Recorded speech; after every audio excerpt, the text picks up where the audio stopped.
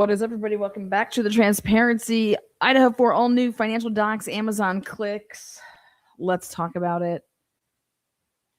All right, today is, what is it? Today's Tuesday, July 14th, 2026. Welcome in chat again, guys. If you have any opinions, make yourself known in the chat section of this live broadcast, or feel free to use the amazing comment section of the videos. Thumbs it up, thumbs it down. I definitely want you to voice your opinion, and you should definitely have one, especially if you've been following this case for a long time. So, what is good? All right, so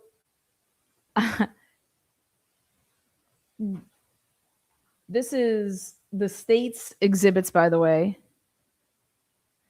and I would start with State Exhibit 1, but I want to start at 3, and then we'll go back to 1 and 2. And the reason I'm going to do 3 is because we've been talking about the digital stuff with, Cyray's and Tom Slavinsky's reports. So I figured that let's just go here. Let's talk about the fact that we have read every possible report that Mowry has authored throughout this investigation, right? He works for Moscow Police Department. This is not like he works for the feds. So his reports, typing up what he does, when he did it. So you have to go look at the Moscow Police reports, print them all out, and see which ones he actually authored. What helps you do that is when you go to, in the doc drops, and you go to the 125 pages of that, it just has everything to do with the Latah County prosecutors' supplementals, and they're all Mowry's reports from the MPD. So, and we've gone through them. So let's talk about the fact that they wanted to list Mowry as, this is the amended supplemental expert disclosure. The state has previously disclosed the fact that Lawrence Mowry, forensic detective for the Moscow Police Department, the state incorporates its previous disclosures for Mowry filed on December 18, 2024 and January 7, 2025 in this response.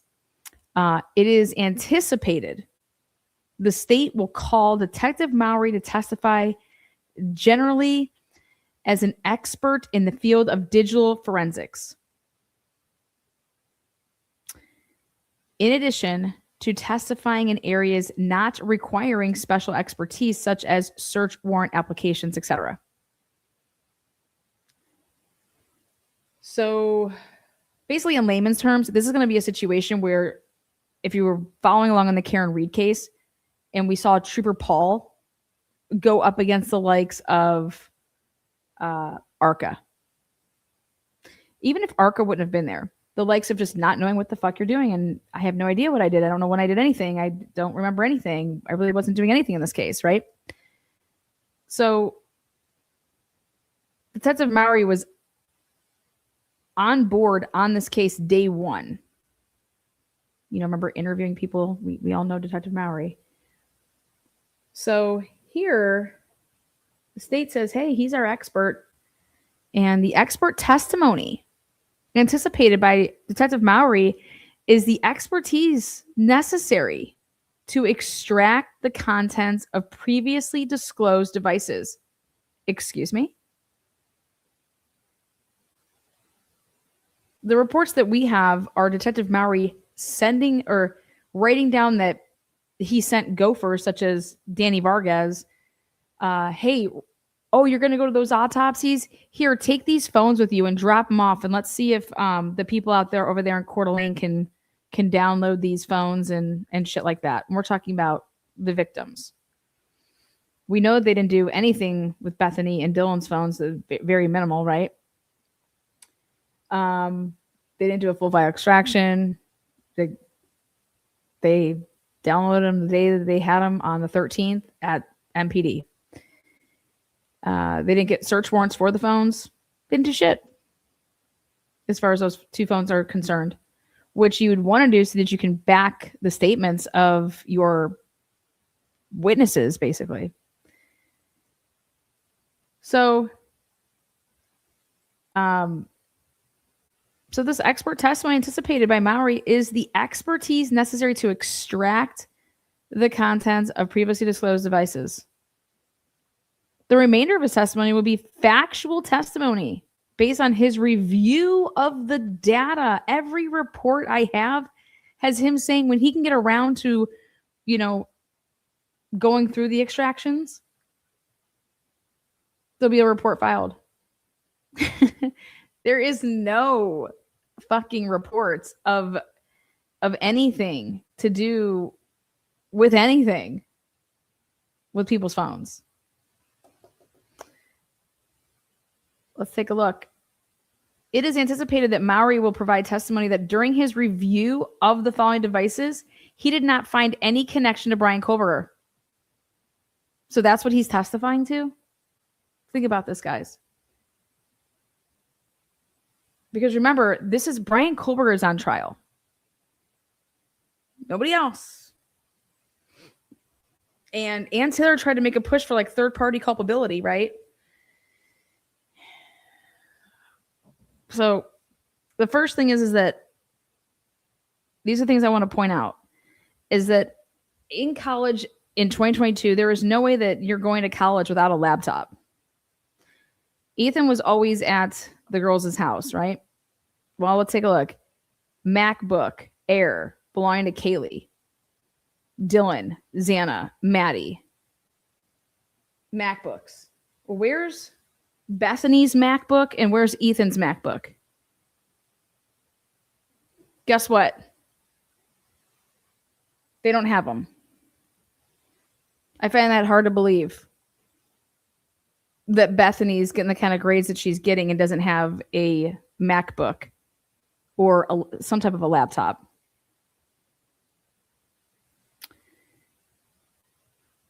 So that's the first thing I noticed from right here. Then you have the Dell belonging to Madison, and I believe that was in that spare bedroom. Then you have number 6 here, which is, this is the Dell belonging to Kaylee, including but not limited to, this is the Extreme Network one.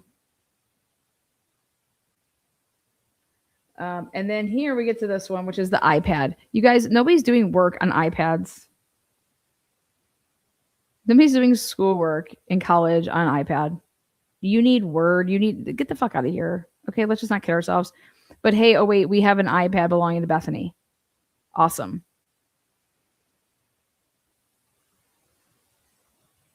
8, the iPhone belonging to Dylan, the iPhone, Bethany. So everybody had iPhones, as you're going to see. iPhone was Ethan, iPhone, Eric Gower. Oh, woo. iPhone, Kaylee, iPhone, Maddie, iPhone, Xana, iPhone, Emily, iPhone XR, Jack Decor. And then that's where he stopped. So like, we know that they took like more phones than that. And I'm over here like, where's the iPhone of Jenna McClure? Didn't you get that? What about Josie? And he did, because that's why the feds asked these people multiple questions after the first time that they ever talked to anybody. Meaning day one. Where's Hunter John? Where's none of the Chapins are on there. Where's Hunter Johnson? Not on there.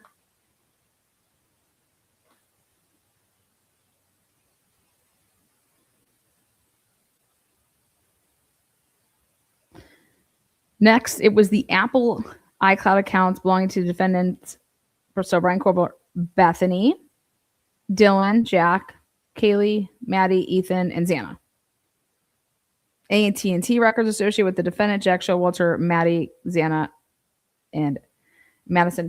Do you also know who's not listed here? Molly.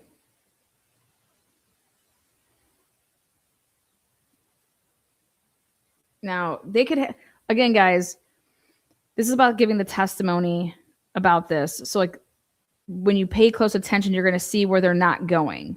If they're not going to, like, Lakeland McComas, like, we're not going to lay some foundation there about Lakeland and what time she left to get like this timeline out.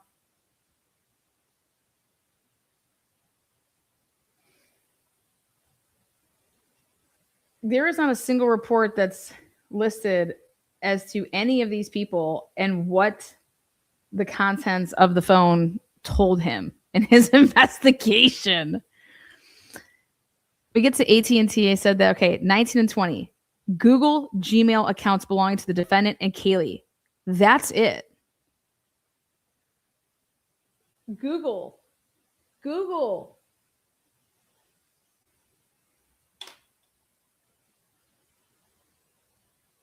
can track you, man. Google's on a vacation far away. Let me go ahead and since I changed these around, I'm going to let people know that I'm on this lab because I did do like a switcheroo. Woo, woo, woo. Again, welcome everybody.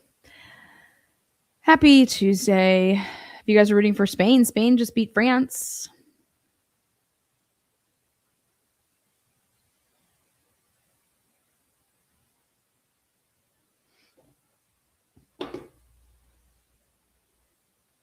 Then we get to the Google geofence and they give 4 locations, right? Okay. And then 21 is the DoorDash records associated with Ethan, Chapin, Xana, and Molly. See, it's McMichaels with an S. Someone tried to tell me that it was just McMichael. Then the Match/Tinder account belonging to defendant Kaylee and Matt. And remember, the purpose of all of this is to say what he went through to show that there is no connection between Brian Kohlberger and anybody. Because remember, how they're going to say this is that this man was a serial killer in the making. And now I know why Ann Taylor was so adamant that certain things not be able to be said. Because when you actually take a step back and you look at like, okay, so their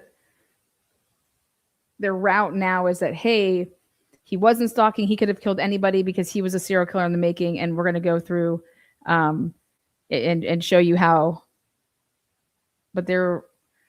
But yet the cell phone cast members going to get on and say how Brian was over there 23 times, 13 times, 12 times. I mean, dude, they're throwing the sinking kit. Like, it's just like whatever can possibly, like, let's just not make any sense to the jury, but whatever. So Facebook accounts, then you get here, you get Snapchat accounts belonging to Madison, Xana, Kaylee, Ethan, Jack, and then I'm over here like, well, what about Emily? Emily is one of the biggest accounts to get. Because that was the call that happened between Emily and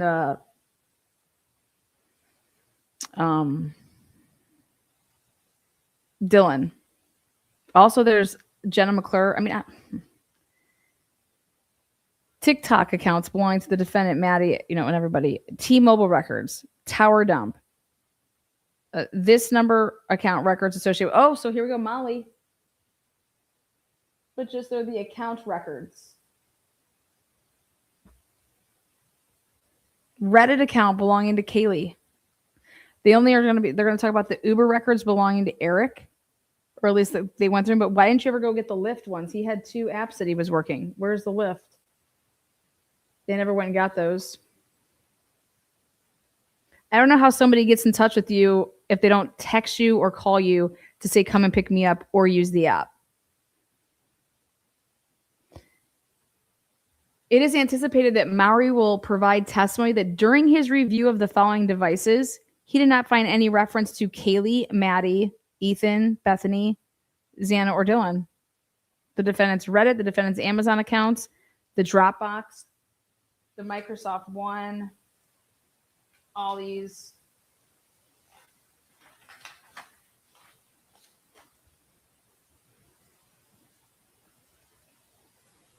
I don't know how that's going to be anything. But then, so it gets to, I have number 50 here.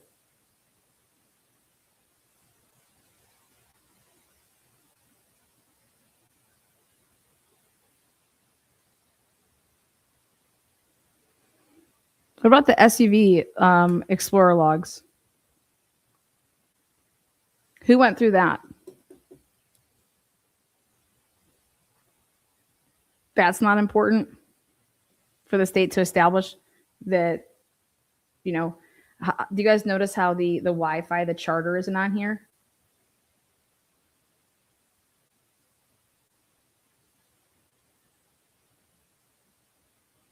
When did everybody get home? How do you know that people were, again, alive at, 2 a.m., 3 a.m., even 4 a.m.?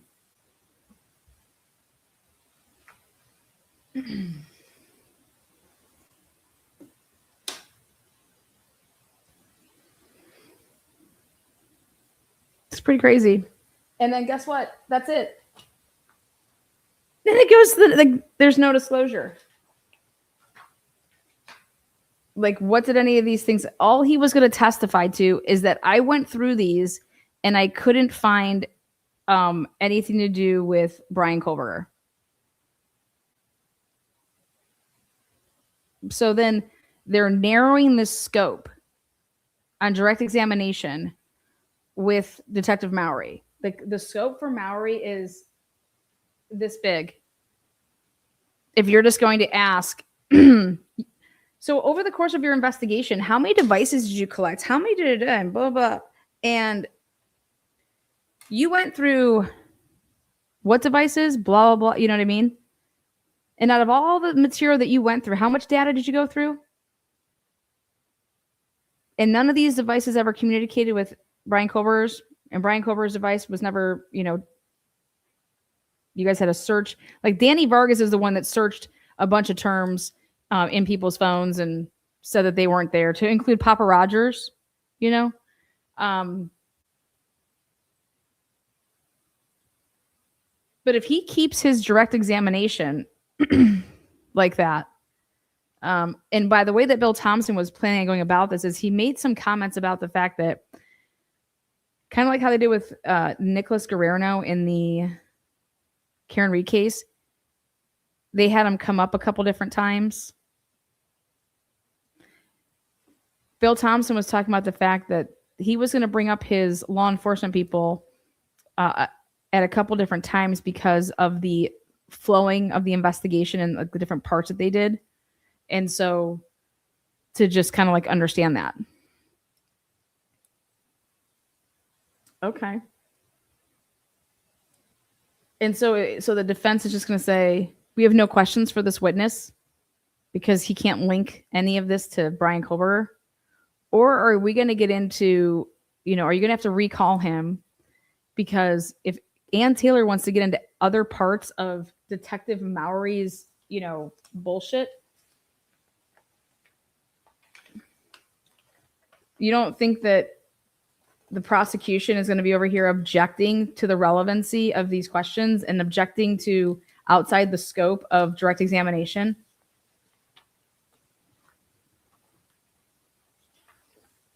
That's exactly what was going to happen. And then what do you think Hitler was going to do? He was going to sustain all this shit. And so what was going to have to happen then is, if you want to bring this man out, because they were going to limit what this man was going to be talking about, there was going to be a time that he was probably going to testify to, the collection of the videos and, that people brought them to him and what he did. All I did was upload them. I didn't look at them. I didn't make sure they were complete. I didn't do this. I didn't do that. But there is no reports. Like, what I think you would be able to, I would hope that Ann Taylor would lay out and to say, all right, let's kind of start with here. You're talking about these devices that you went through. Where is there a report when it talks about, when did you get Kaylee's device, for example, and you went through her device? Was that like in a cell? Like, I mean, what are you going to sit here and go through every one of them to say, like, when did you do this? Like, when did you obtain these items? And then how long did you wait? So, for example, you could maybe go about it as to go at this testimony is to say that you didn't do any of this work until way after the arrest of Brian Kohlberger. Isn't that right?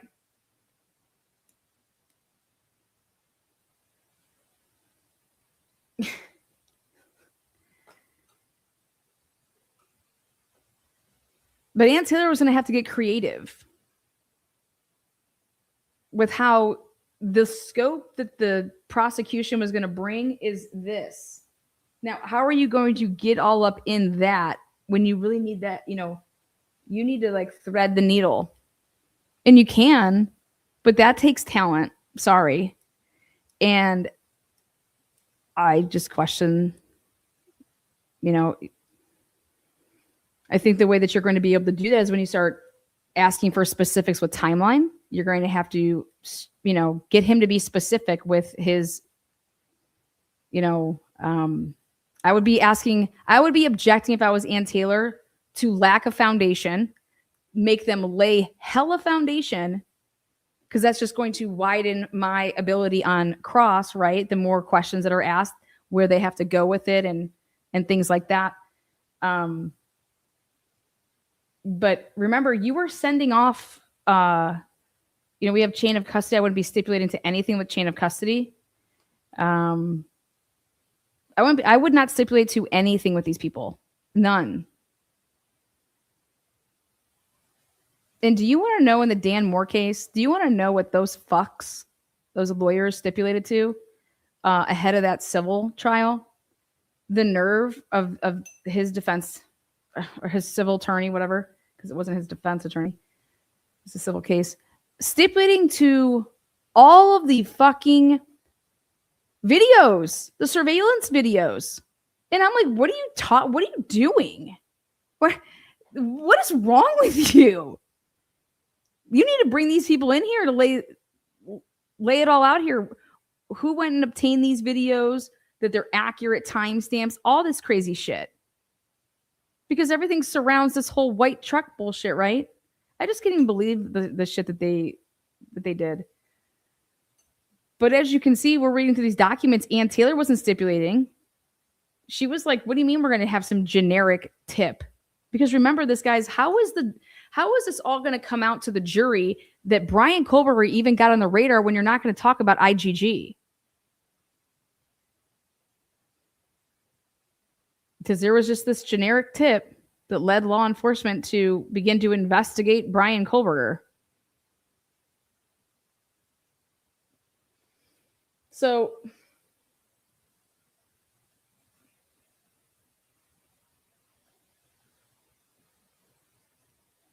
what you would ask here is,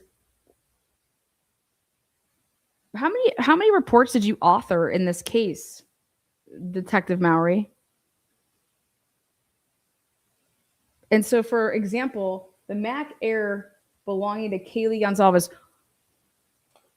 Here, I can give you this 125 pages. Can you point to me a report that tells me about what you found, you documenting that you looked at her, first of all, that you extracted this, that you then looked at it, what files you looked at, and how you determined that there was nothing in her computer about Brian Kohlberger?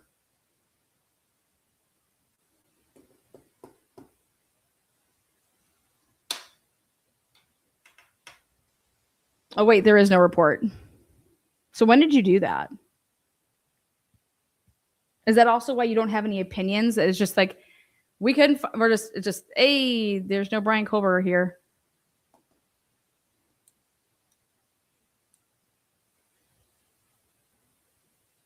So then I'm going to ask you questions like, well, when you got this tip to investigate my client, did you get a search warrant to like seize these, his items? How did you get these items right here for my client over here? Did you get these items of my clients, his Reddit, these accounts and shit? Did that come before or after he was arrested? So when someone just gives you a tip to like, in here, look into this person, that didn't consist of any of this stuff, right? No. Okay, so let's back it up here. There was a couple people that were persons of interest, right, in this case, prior to my client. Did you look into their phones? Did you look into their computers? Was there any connection? No, I didn't, oh, well, that was a boyfriend, right? So that's a connection, right? You didn't look into their phones to see, I don't know, if they used the notepad of, how about the surviving roommates? Was there any negative texting? People were upset with each other in the house. Anybody was fighting? Like, did you do any of that during the course of 7 weeks before you arrested my client? No.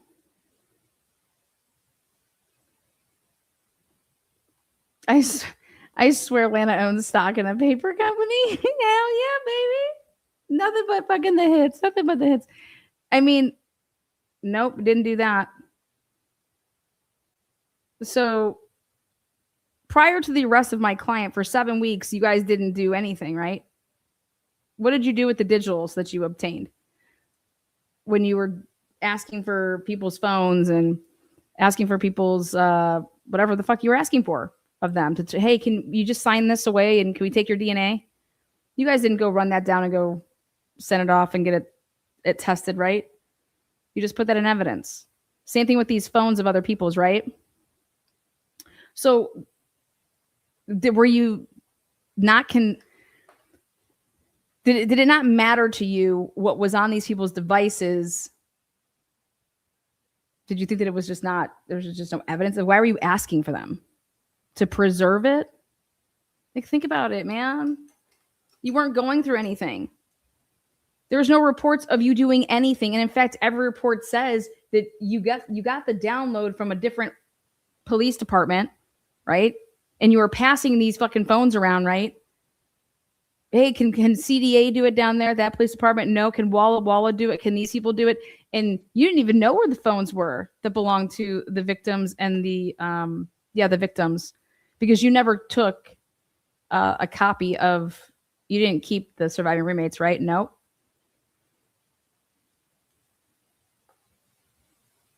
How did you corroborate that when you interviewed the surviving roommates and what they said to you? Didn't you need, I don't know, a download of their phone to go through to see if everything that they claimed to you was accurate? Was that not what you were supposed to be doing? Because what are you here for? I have no fucking clue.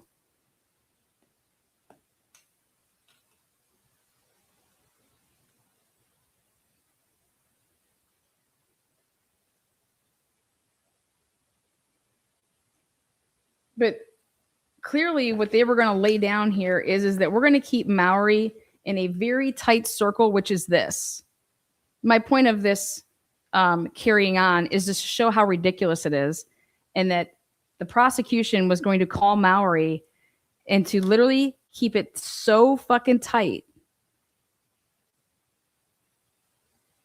to make it very, and basically almost Ann Taylor would have to call him as her own witness.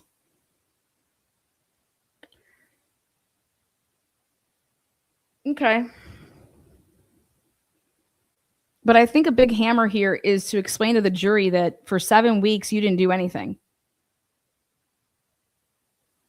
And you definitely didn't do any of this prior to arresting my client, because you didn't have any of this before the arrest of my client. So what you would be showing to the jury is what led to the arrest of my client. Get them thinking. What do you mean you can't consider how this person was arrested and blah, blah, blah, blah. Danny says, paid you $20 for keeping Tina on staff. This is Tina with What the Fuck Transition Services. Tina is one of our outstanding. She wins literally every month Employee of the Month. Nobody can outdo Tina. That bitch works around the clock. In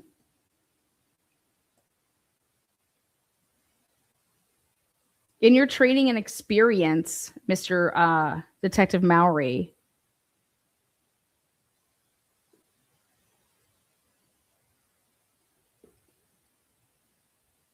how many phone extractions have you gone through, you think, well, at the MPD?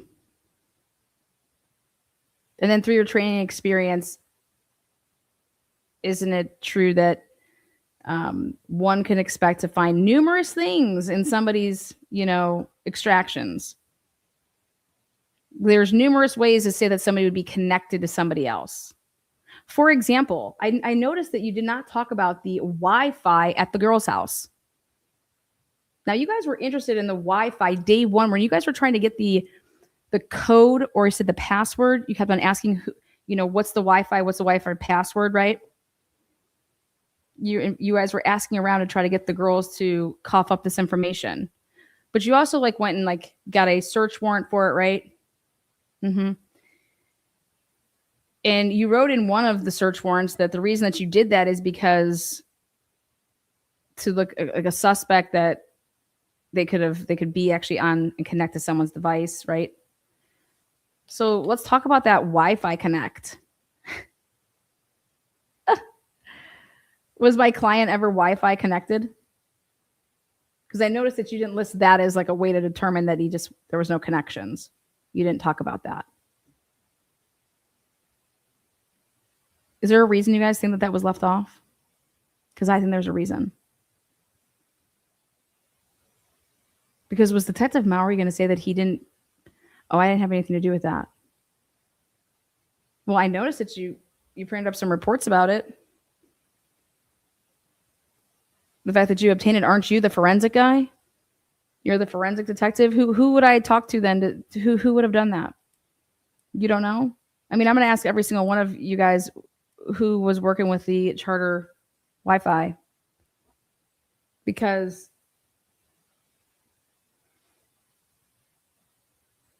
did you use the Wi-Fi to establish what time these victims and surviving roommates came home? When you went through these kids' cell phones, were any of them sharing locations? I noticed that Snapchat wasn't on here. Did my client not have Snapchat? How about Signal? How about WhatsApp? Any of those funky ass app shit? How about Marco Polo?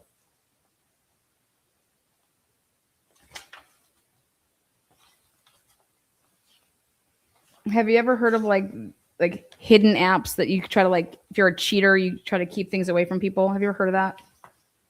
Did any of these people have type of apps like that on their phones? Anybody to do with this case? Well, how about let's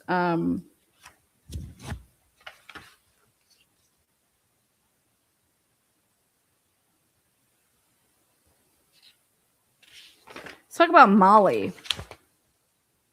Let's talk about the DoorDash.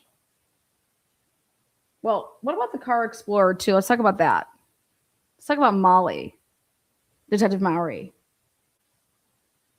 Did you watch Molly's interview? Or were you present for that? I know Detective Payne was. Did you review that? Because if you went through Molly's stuff, I mean, were you aware that Molly just got rid of her phone right after the murders? She also got new tires. Objection relevancy. Are you gonna? That's really. I mean, I noticed that it's just. Isn't everything revolve around context when you're looking at digital stuff? So not only would you have to have looked at someone's what do you mean I went through this? Don't you need some context around things? So I think it's relevant in context to ask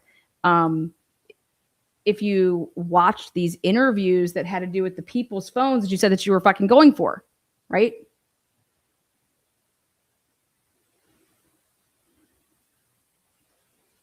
Wouldn't you expect to see connections between every single person that you have on here? What about Molly? Were you guys interested if there's a connection there? Didn't you guys pen trap and trace her? Didn't you guys pen trap and trace her after you knew that she was a DoorDash driver? What the fuck? Wasn't there actually two numbers that you were interested in? Where's that other number? Did you have a chance to go over my expert witnesses, Tom Slavinsky and Cy Ray's reports? I mean, literally, when you look at this, all the Detective Mowry is going to say is that I went through this stuff and there's no connection with Brian Kohlberger and anybody. And it's just like, wow, what are you going to do if you're Ann Taylor? What are you going to do with Detective Mowry?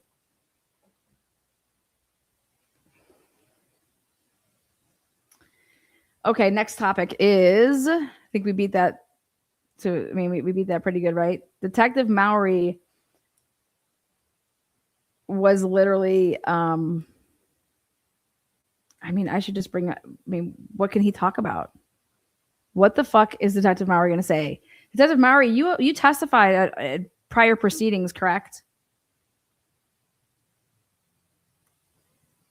Mm-hmm. And you testified at the grand jury, correct? Uh-huh.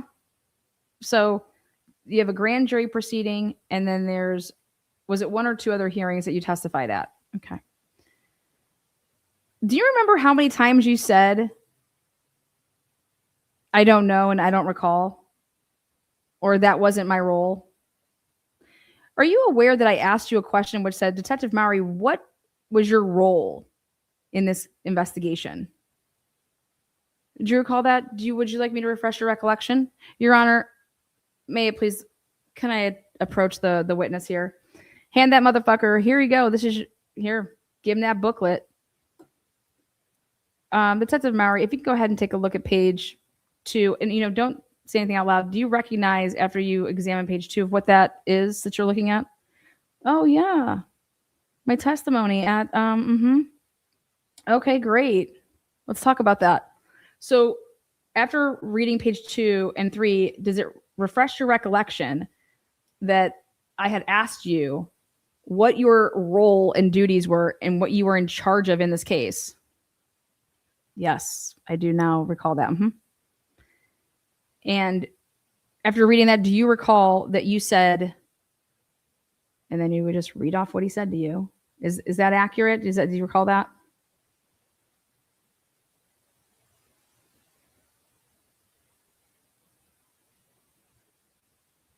You never said that you never told me that you were the forensic. Let me just get this really quick. You never disclosed to me then that you were the forensic detective with an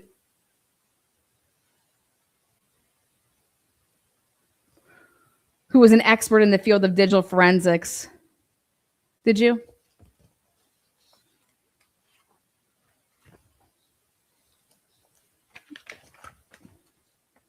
You never said that, right?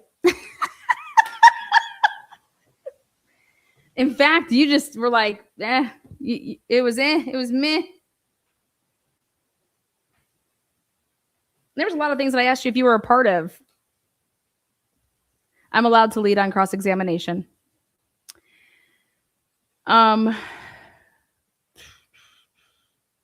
Detective Mowry.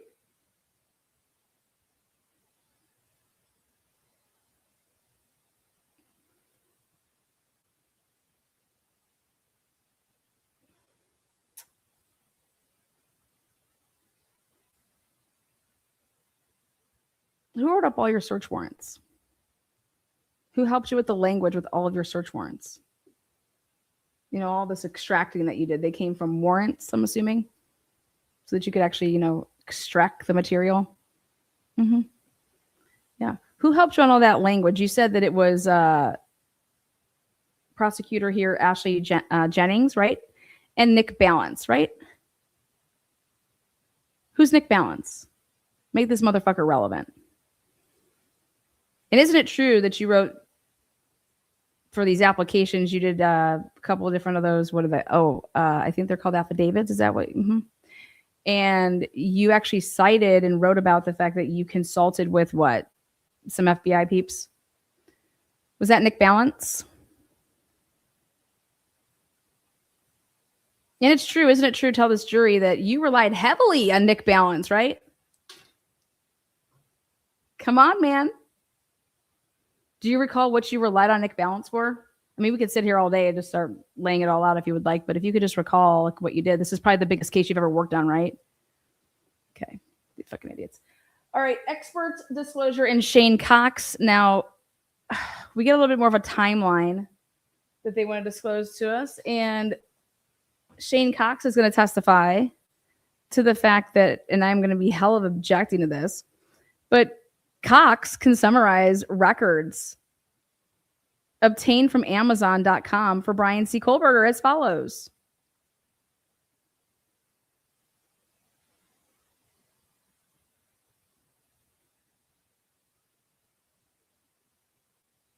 The Amazon.com account is registered to customer Brian C. Kohlberger using this email address. And the account records show that Brian C. Kohlberger has been a customer since October 23, 2017.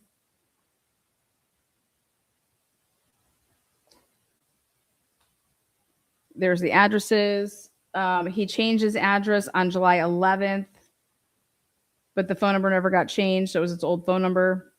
There are 6 separate credit cards on file for this account.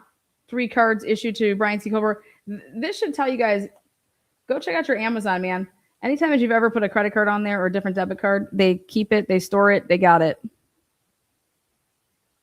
Anybody that you ever delivered stuff to, I mean, you name it, there's, this goes back all the way to 2017, so it was 2022 at the time, 2023. So here, March 20th, 2022, at 8:04, the customer purchased an electronic Amazon gift card for $130 using the Brian C. Kohlberger account. The billing information for this purchase was Brian Kohlberger. The billing phone number listed for this purchase was, and the credit card. Okay. Now,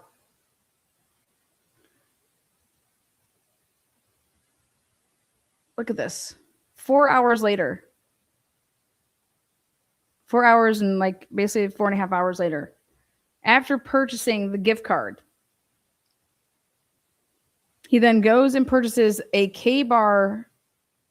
It says K-bar sharpener for $23.40 using the Amazon electronic gift card on the same day and time that the customer purchased this right here. And you definitely want to look and see if this was a bundle. Do you guys know what I'm talking about? This is really interesting how they're wording it here.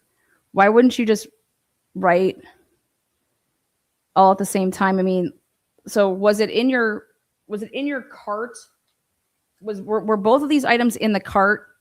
Or, you know, when you're about to go buy an item, it'll say a little bit when you scroll down for like X amount of dollars more. People like to bundle and they'll buy like, it's like 2 or 3 things.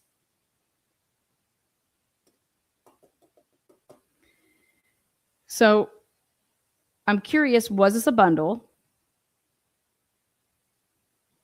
And we always know that Amazon pushes you to get, after you purchase something that's going to be similar, it's like recommendations and shit like that.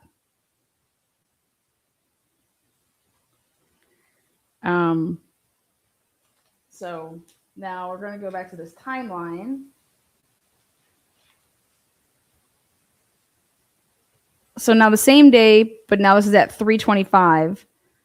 The customer, it says the customer purchased. But I mean, why is the wording different? Why isn't it the Brian Kohlberger account? You know what I mean?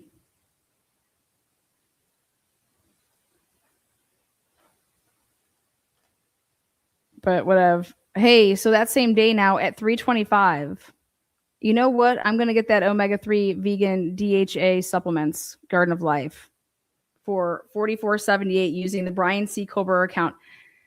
And that was, now, again, either you believe that this guy is smart or you believe that this guy is not smart. Because who would ever buy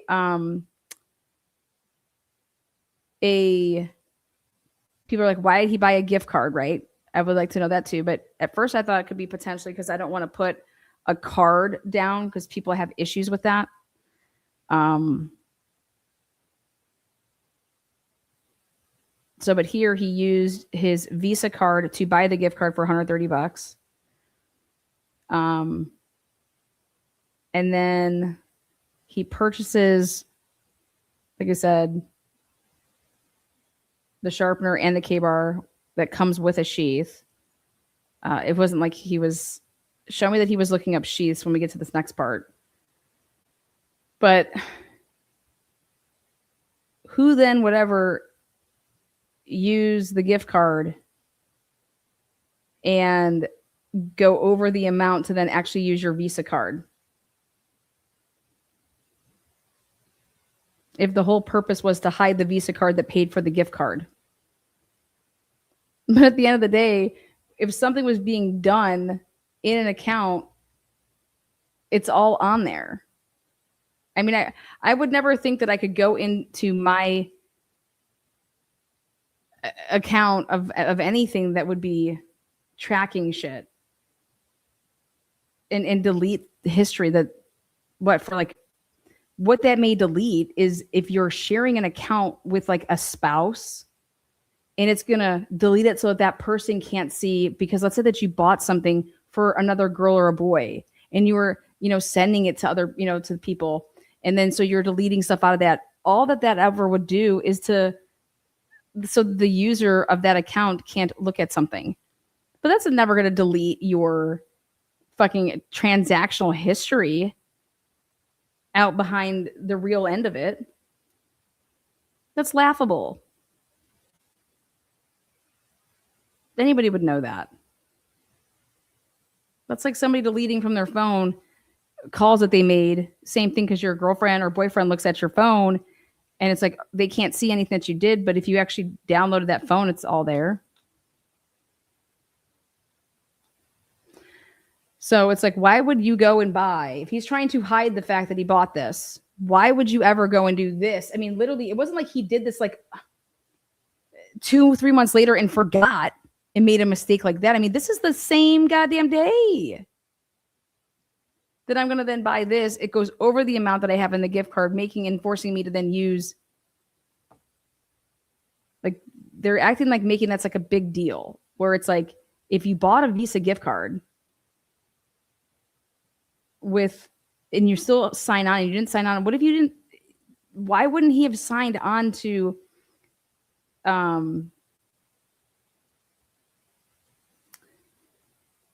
could you have ever signed on to Amazon and think that would not be tracked? How do you think that getting a gift card would not make that traceable? That's the dumbest shit ever. Unless you bought the gift card in cash at like a store. If you did something like that, but this is an Amazon gift card.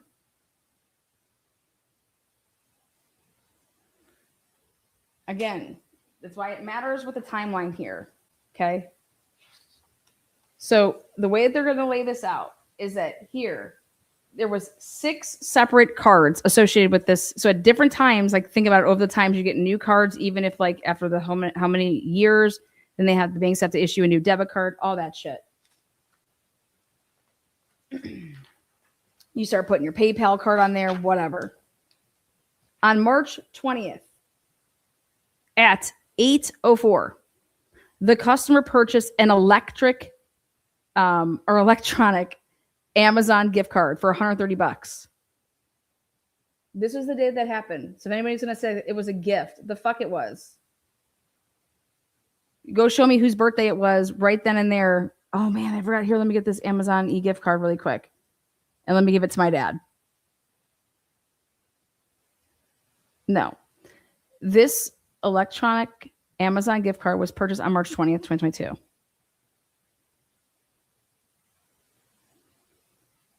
Using the Brian C. Colbert account. Now, the billing information for this purchase was Brian Colbert. Awesome. You're not hiding anything then. Then, just after it becomes midnight, you then make your purchases. Then, at 3:30 the same day of right after midnight, the 21st, then you decide, oh my God, I forgot to get my vegan shit. And guess what the option is when you go to clock out of Amazon? Do you want to it's how you want to divide up your money, how you want to split your payment. Do you want us to apply the e-gift card that you have on here? Yep. And that clicks it. So you have to click that. And then the rest of it's going to go on a card. That's how that works. Great. Now, the billing information was for Brian Kober. The billing phone number listed was his that. The shipping was to Brian. And now this is what they're saying. Then check this out. Then the next day. So if you're going to talk about going in chronological order, this is what I would expect to actually be in front of everything that we just read. Amazon click activity associated with the Brian C. Kober account shows that the customer viewed pages associated with K-bar style knives on Amazon.com on March 20th, 2022. The same day the customer purchased the Amazon electronic gift card. Why wouldn't they just did a freaking timeline, you guys? You need to ask yourselves this. They just laid out all this stuff in a timeline. Why wouldn't this be in a timeline? This very important thing here. How long had Brian been thinking about buying a knife like this? And you're not telling me, you're saying that he began to search it. Was it before or after the $130 purchase? And since you're not going to give it to me in this timeline, it tells me that you're trying to hide something. That's what it would tell me. And I would need to really look into that. Because this is what I would expect. Okay. If somebody's trying to hide any of that, you wouldn't even want to, you're going to be like, first of all, you would never do it on Amazon. But if I'm going to use Amazon, which I would never fucking do, and say that I'm going to use, and I know that I'm going to commit a murder with this fucking knife. Who the hell would do that? But you're claiming has ridiculous intelligence.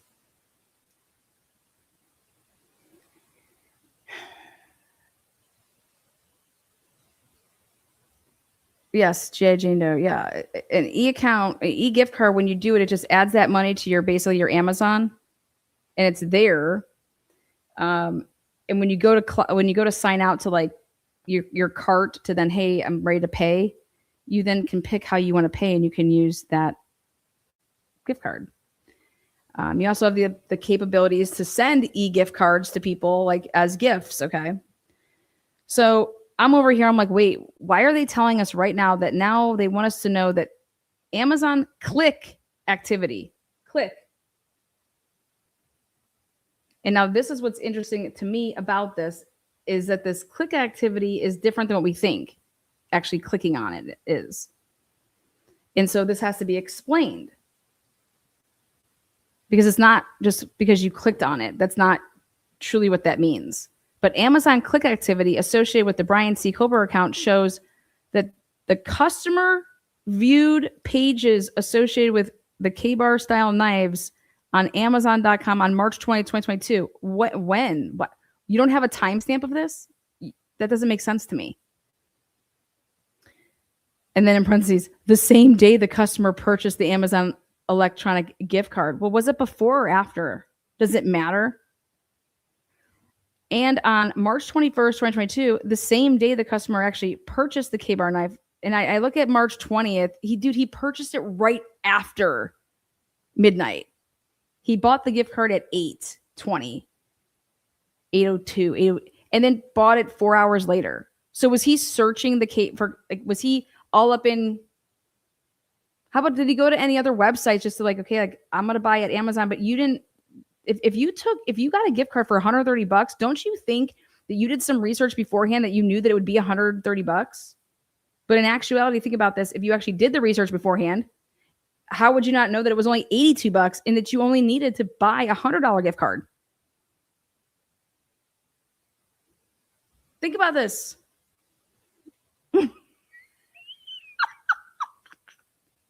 If he is looking up stuff beforehand, he knows that this shit added all together is going to be how much. Why the fuck did he buy a gift card for $130? I'm generally curious about that.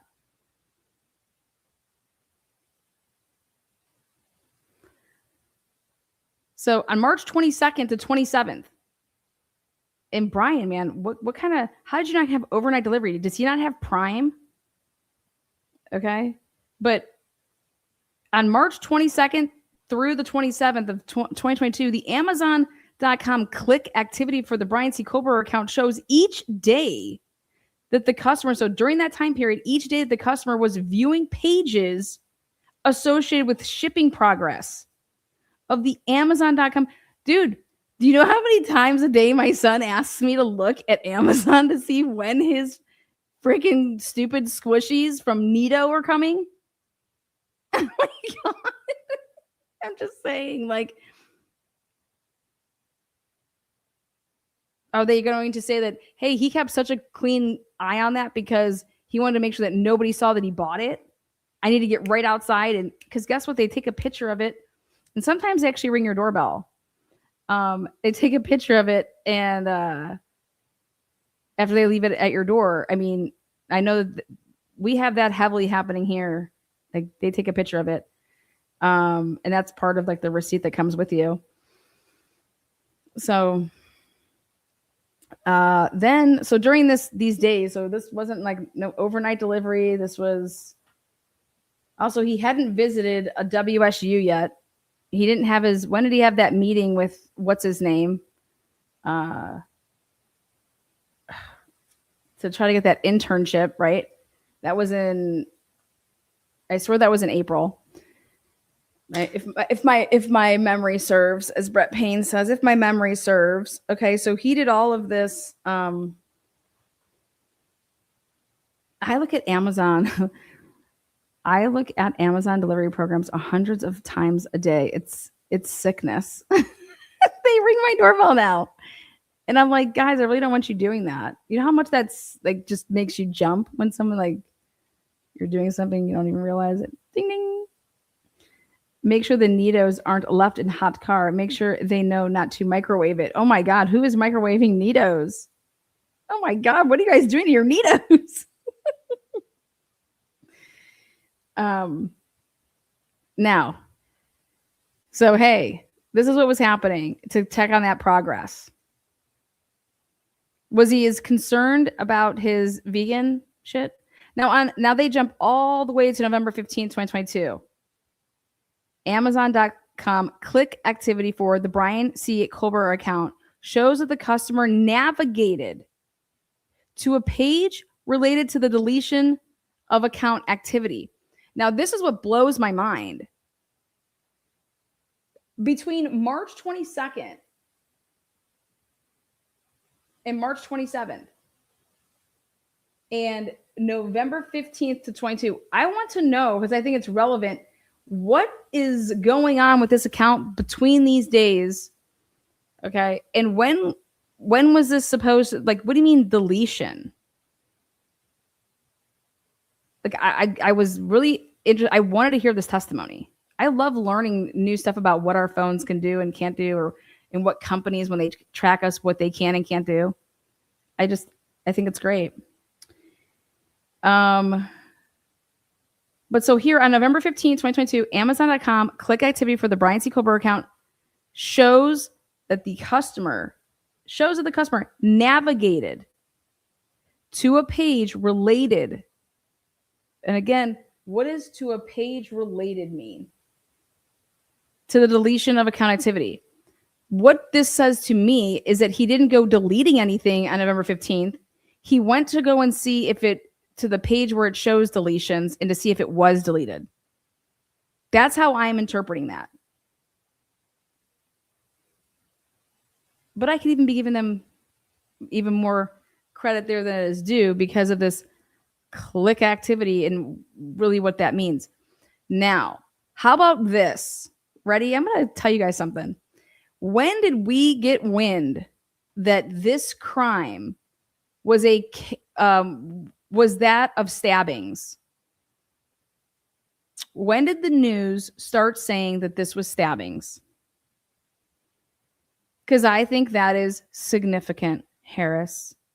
Significant. Who is speeding at 3:45 in the morning in a white Elantra? G.I. Jane Doe, I love your comments, man. You can't even delete anything. So what page is related? Well, let's take a look. Get out your guys' phones. And I mean, I love Amazon. Dude, I got shit being sent to me every other fucking day from Amazon. These people are like, we love, you know what? I'm going to make sure I leave out some, speaking of which, leave out a little snack. I'm probably going to be like, this bitch trying to,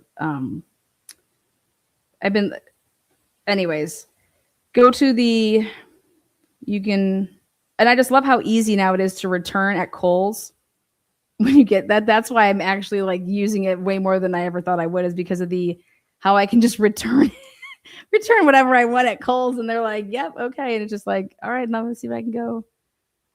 You know, there you go. All right, so take a look. If we go to the your shortcut, so I have orders, in-store code, lists, buy again. Okay, we go to like this little app thing, right? And you can go to orders. You can go to in-store code, lists. What the fuck is lists?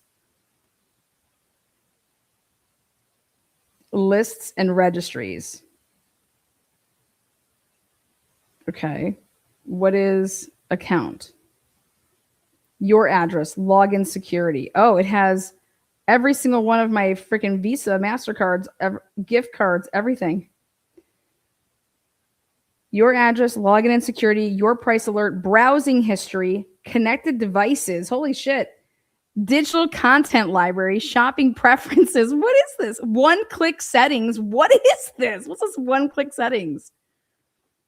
Oh my God. Your purchase references. Your default preferences you are used for Alexa, Kindle, and other digital purchases. Oh my God. It has all these addresses in here. Like 1, 2, 3, 4, 5, 6, 7, 8, 9, 10, 11, 12, 13 addresses are in my Amazon. I'm just such a gift giver. You know, everyone, like, my name is associated with these addresses, but I've never lived there. I just send gifts, motherfucker. Shopping preference. Okay, switch accounts. So I could have multiple accounts that I can just have pop up on my phone. Recalls and product safety alerts, membership and subscriptions, about you. What's the about you section? Oh, okay. Oh yeah, this is this new AI shit. Do you guys know that it will tell me, hey, I think that if you ordered it in this size, this is the size that would be fitting for the stuff that you've been purchasing. Have you guys gotten that far into your Amazon? It tells me how I should buy certain clothing.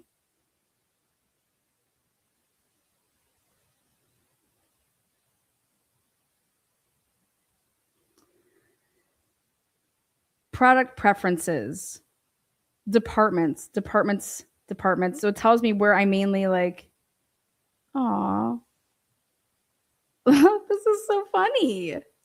Oh my God. Prefers stackable storage solutions. Home and family. Likely owns a Nintendo Switch console. Are you fucking kidding me? Interests and hobbies. Practices golf regularly. Look at this shit. Practices golf regularly. I can only imagine what Aiden Carney says. Porn, everything. Just kidding. Oh my God. Home and family. Probably operates a boat. Oh my God. This is freaking nuts. Okay? Nuts. Has a school-age child. Departments, trading card collection. I've been building my son a ridiculous card collection. Interests and hobbies. Collects soccer memorabilia extensively. This is funny as hell. Gaming equipment. I really wouldn't call it gaming equipment. It's fucking a PlayStation. Is that a PlayStation and a Nintendo Switch? Participates in various outdoor sports. Marina equipment. Yep. Building soccer memorabilia collection systematically. This is hilarious. Prefers Avery for legal organization products. Oh my God, you guys were just talking about my collection with like all my printer, ink, all that stuff. Holy shit. It has it laid out here. I'm surprised it doesn't say storage and organization, likes organization. Like, oh my God. I'm surprised it doesn't say OCD. How do I get that off of there? Off of everything that you have? Oh my God. Consistently uses HP toner products, brands, HP. I am straight fucking dead right now.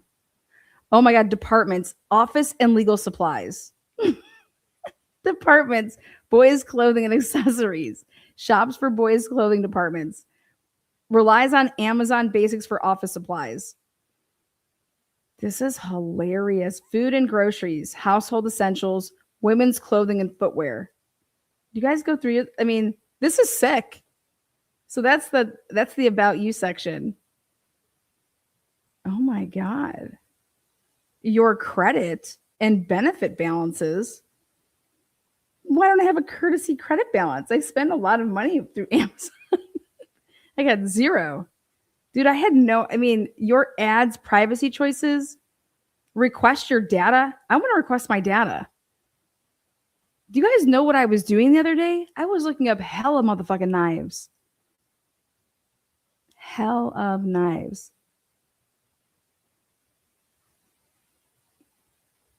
My paper, I get the Amazon Basics paper. That's why it says that. I only get my toner and pens and paper from Amazon. I don't go cheap with my motherfucking binders because if you know about binders, the cheap comes out expensive. The last thing anybody would ever need in life is for a binder to like break open and then everything goes everywhere. You are royally fucked. Don't ever go cheap with a binder.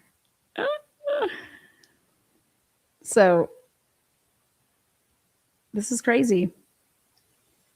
It says close your account, data access and request. Request your data. Whole Foods market settings. Yeah, I always am getting stuff from Whole Foods.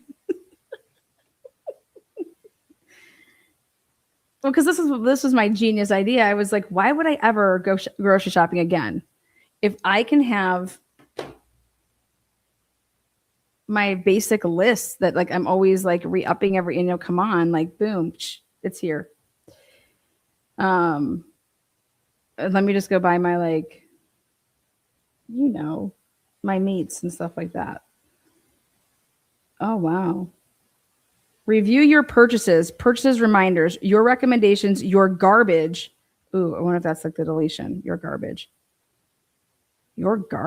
Oh, that says your garage. Never mind. Amazon credit cards, your pets, your fan shop, your recommendations, which I would love to know what that would be. What? Okay, now, no, I think that we need to do this because this would be great. Okay. It recommended for me to get Peach Vibe sparkling water. I hate sparkling water. Monster. I hate Monster Energy Zero drinks. I hate anything zero.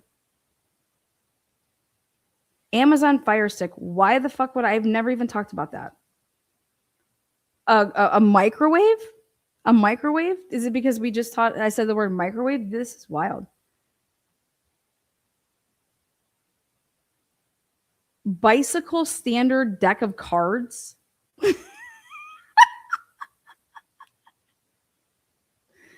No way. What is this shit? Silky pillowcase? Get out of here. I've never asked for a silky pillowcase in my life.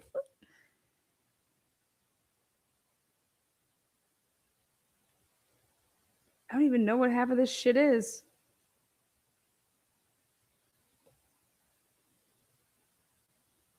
Interesting. Ooh, I like this USB-C laptop deck-in. Oh, crazy. JBL. I've never, ever, ever looked up JBL speakers in my life. And I have been looking for artificial grass though. So I want to put turf in my basement. For my outdoor sports that I want to do inside.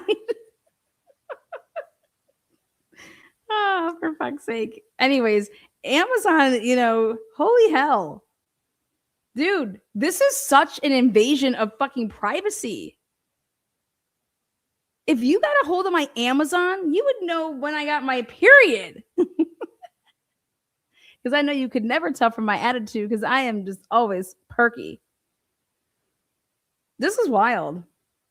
But in case you guys want to know, I saved $418 total in 2026 so far with my Prime membership. Think about this. Your addresses, your login and security, your price alerts, your browsing history, my connected devices, my browsing history. Do you guys know, I probably browse Amazon 5 fucking times a day. I go to Amazon for fucking everything. I go to Amazon to see if the product even exists. Okay, look at this shit. This is turf. I wanted to get a bunch of turf. What is this stuff? Oh, look at. I want to get these new sake containers.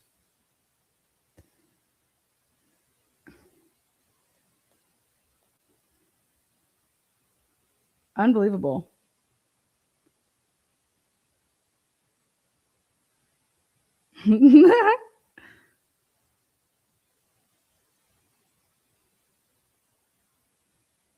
I told my son I wanted to bring Murphy beds back. Do you guys remember Murphy beds? He's like, what's a Murphy bed? And I was like, let me show you because I'm going to slap it up and you're going to go right in with it, buddy. Murphy beds. Because I was like, hey, if you do this, you'll have way more room in your room.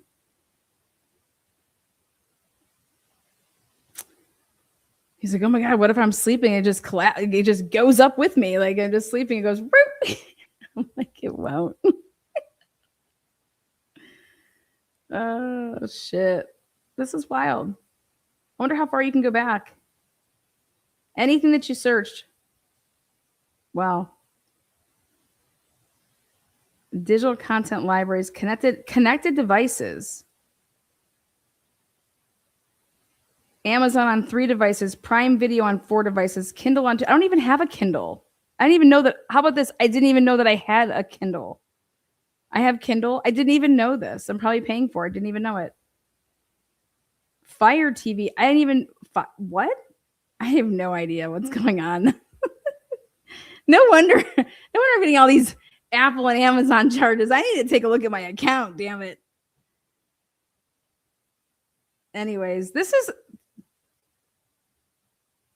needs to go up for legislation or something because holy shit, nobody fuck anything else. Just get people's Amazons.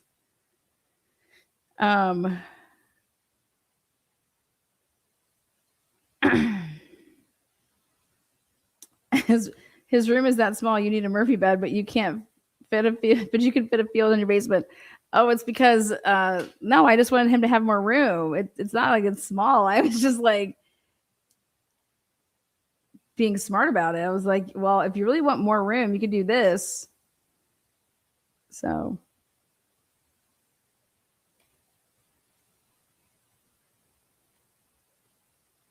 no, we're Apple, everything Apple except for laptop, Windows. But this is crazy. About you. Mad about you. What's the digital content library? Oh. Didn't even know.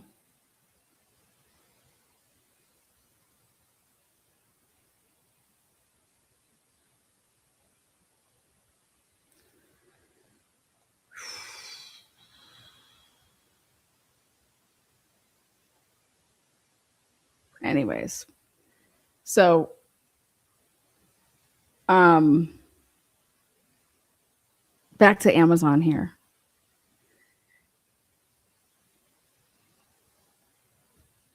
everybody was looking up knives. So then think about this. If I had purchased a knife, I've never bought a knife. I mean, I've bought like a awesome steak knife set, but I'm not like this fucking camping person. I've never bought a knife. Like, hey, let me go buy a banging knife or something. So, but I can tell you what I was doing immediately when they said that this was stabbings. I wasn't going and looking up books on Amazon. I was looking up a whole bunch of fucking knives.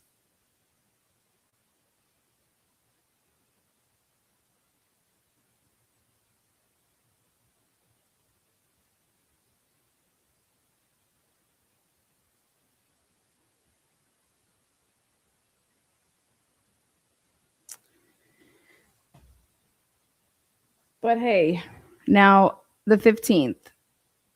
I just went all through my Amazon and there was nothing that I saw where it says deletion of account activity. So that was the whole purpose of this, which is it says your address, login and security, your price alerts, browsing history, connected devices, digital content library, shopping preferences, ad preferences, one-click settings, switch accounts, subscribe and save, shop. I mean, nothing says, it says message history. So anybody that ever, messaged them about a product, I have no fucking clue. And then it says request your data and then data access and request and close my account. Review your purchases, purchase reminders, your recommendations. Yeah. I'm going to go to Amazon customer service and I'm going to ask them, how can I delete products so that I'll just act like I don't want my spouse to know about my purchasing. I'm going to get left if they know that I am just a ridiculous buyer.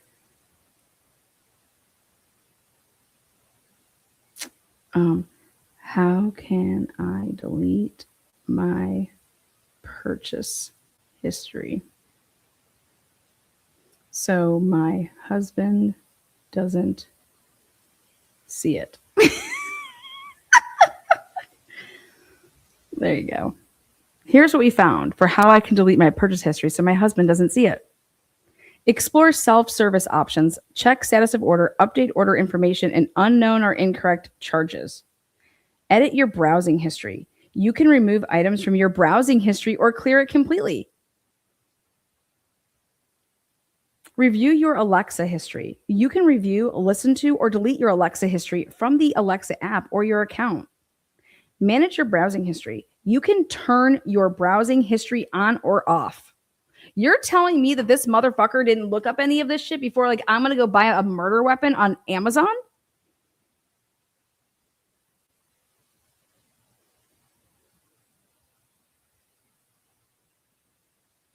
Delete voice and text chat history in the Alexa app. Ask Alexa to delete your voice history. Edit your browsing history. You can remove items. Let me see how I can remove an item. Here's what we found. You can manage your browsing history on Amazon by removing individual items or clearing it entirely. Go to your browsing history page, select Remove from View for specific items, or use the settings icon to remove all items. To edit your browsing history, go to your browsing history, select Remove from View. To remove all items, just select them all. Was this helpful? Very.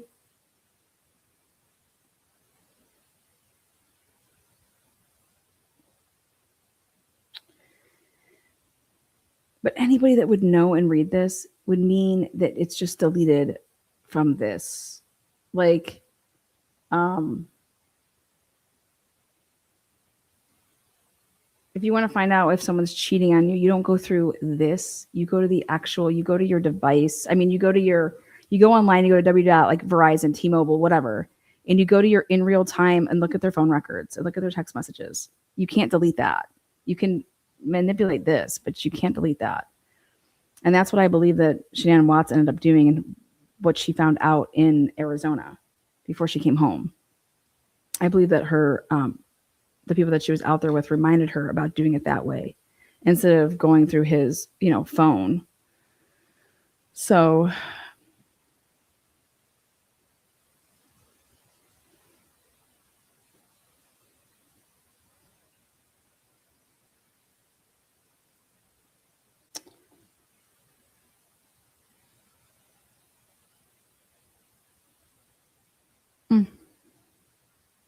now let's go to this next date. November 23rd. So these were all dates. So this is right before the November 16th, first time that they do like the police. I mean, they were writing stuff out. They had the November 13th and 14th, and then even the 15th. But on the 16th was the first police live TV press conference. Then November 23rd was the last. So they had a conference on the 16th for all of us on TV, the 20th, and then the 23rd was the last television conference. On November 23rd, 2022, and December 6th, 2022. Now remember when I said, why in the world how did Maury know to have the Amazon go up until the December, this day, 6th or 7th? Look at this. This is nuts. On November 23rd, 2022 and December 6th, 2022, the Amazon.com click activity for Brian C. Kober account shows the customer was viewing pages associated with K-bar style knives with sheaths from this Amazon.com account. What do you mean with sheaths? And when you type it in and you put K-bar in, you don't say K-bar and sheath because it comes with it.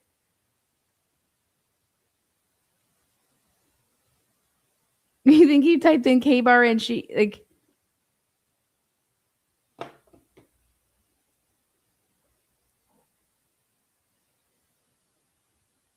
so I wonder if this related page or whatever. But you guys,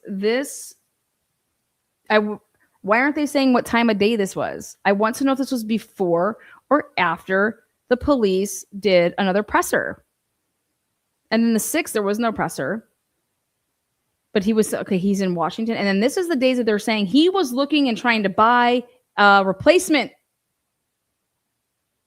Why the fuck would he just go to the store and buy a replacement? Why the hell would he do anything on Amazon? He can go and buy the same damn thing from so many other places, because people say to me all the time, and I think that it's a great question to ask, which is, well, where's Brian Kober's knife? The one that he ordered. Where's his?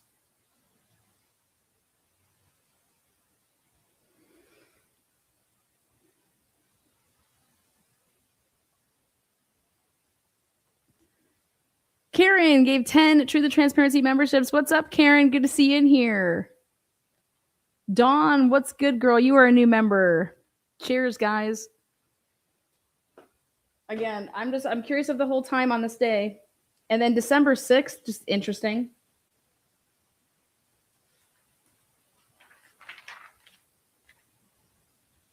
And that's it. That's what we got for Amazon. That, hey, he bought it, and guess what? We went through all of his shit and we couldn't find it. And then since he was back at his house, we then went through, his parents' place and we couldn't find it.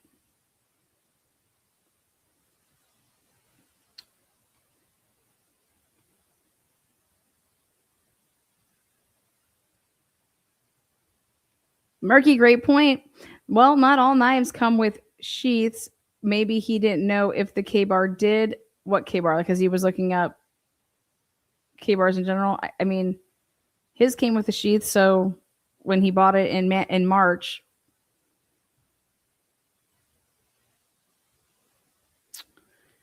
Okay, next is this is the financials. And this is this Michael Douglas dude. And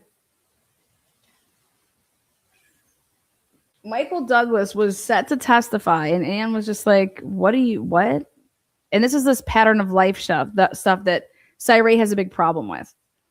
There's not enough data. And so, but regarding the disclosures for Michael Douglas, he's going to be a summary of witnesses, or he's anticipated the testimony is not required under this Idaho criminal. So he was going through all of that. I'm not going to read that. But here he will provide testimony regarding the source, the location, the timing, and the disposition of the transactions he reviewed in the financial records. His testimony will be accompanied by various summary charts he prepared to aid his testimony. His testimony will identify which financial records he relied upon, the source and use of funds, links between records, and overall summaries of the accounts. His quote-unquote testimony will rest on the personal knowledge he gained during the course of his examination of records obtained in this case.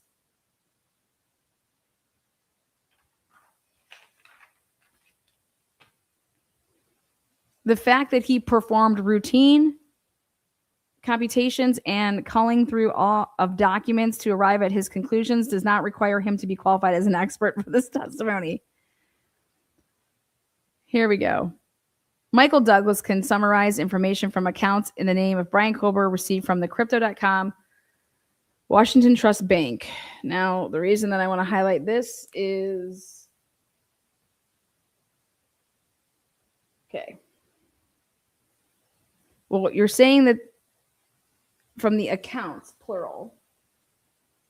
So you know when sometimes you sign up for an account, you get both like a checking and a savings? Okay. So, and a Pennsylvania State Employees Credit Union. His summary of the financial data can be broken down by post date,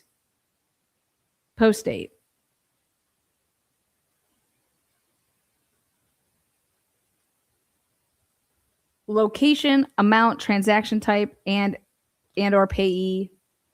His analysis of the bank accounts covers the time frame of January 1st of 2022 through December 15th of 2022, which is almost 365 days.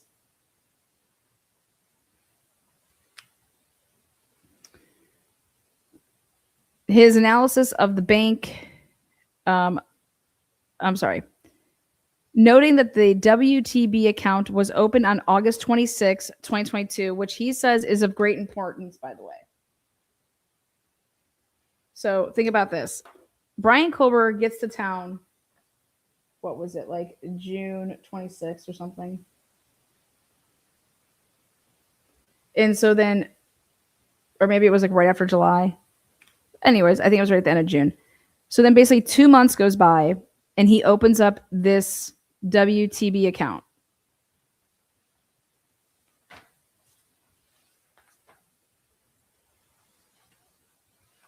So those are the 3 accounts. Now, okay.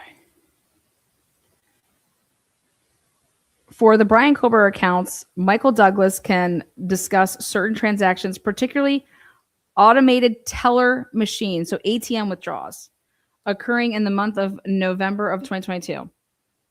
So you're only going to talk about November of 2022?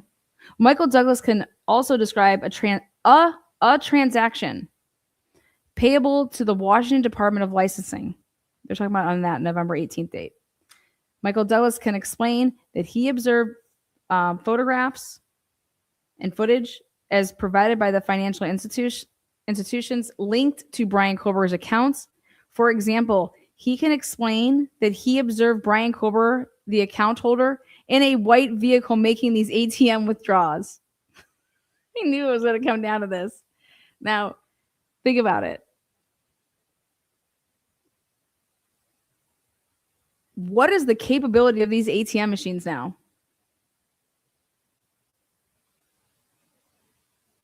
I'm not playing, because this would have been how many months had passed by until you went and got this and that they were still available to get this footage.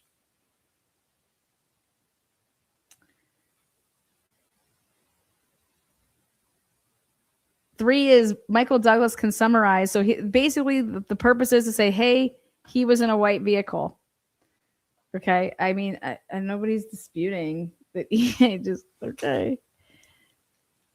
Michael can summarize information from accounts associated with Bank of America, Banner Bank, Discover, all these ones. These are accounts set up in the names of the victims. He can summarize information. He didn't go into great depth. Michael Douglas can summarize records obtained from Amazon.com for Brian Kohlberger. Anybody can summarize it. There's just a fucking list there. Here it is. Michael Douglas can discuss Brian Kohlberger's Amazon purchase history. Gift card purchases as plural. So that's interesting to me. Okay. Because if Brian Kohlberger purchased an Amazon gift card prior to that, then it wasn't something that was out of the ordinary. They didn't have flat cameras yet. They didn't get flat cameras until 2023. Holy balls. So right there, it's plural. He can specifically outline Brian Kohlberger's Amazon.com records as follows. And it's just what we went over.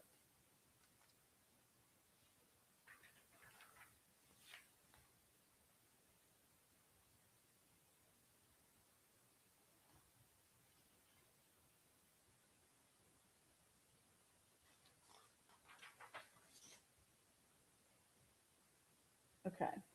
Then we get to this part because I already talked about that. Then he's going to talk about the summary evidence of, here it is, has provided the originals or duplicates for the contents of the records to defense as follows. And so it just lists here.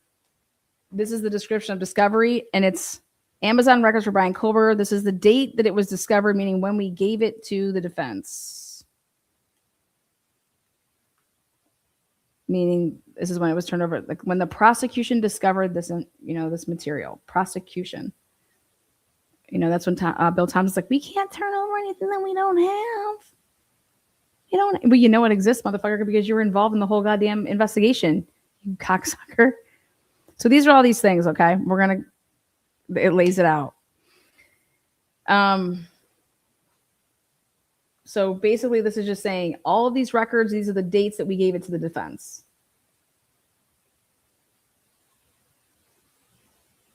And nothing came before they indicted Brian Kohlberger.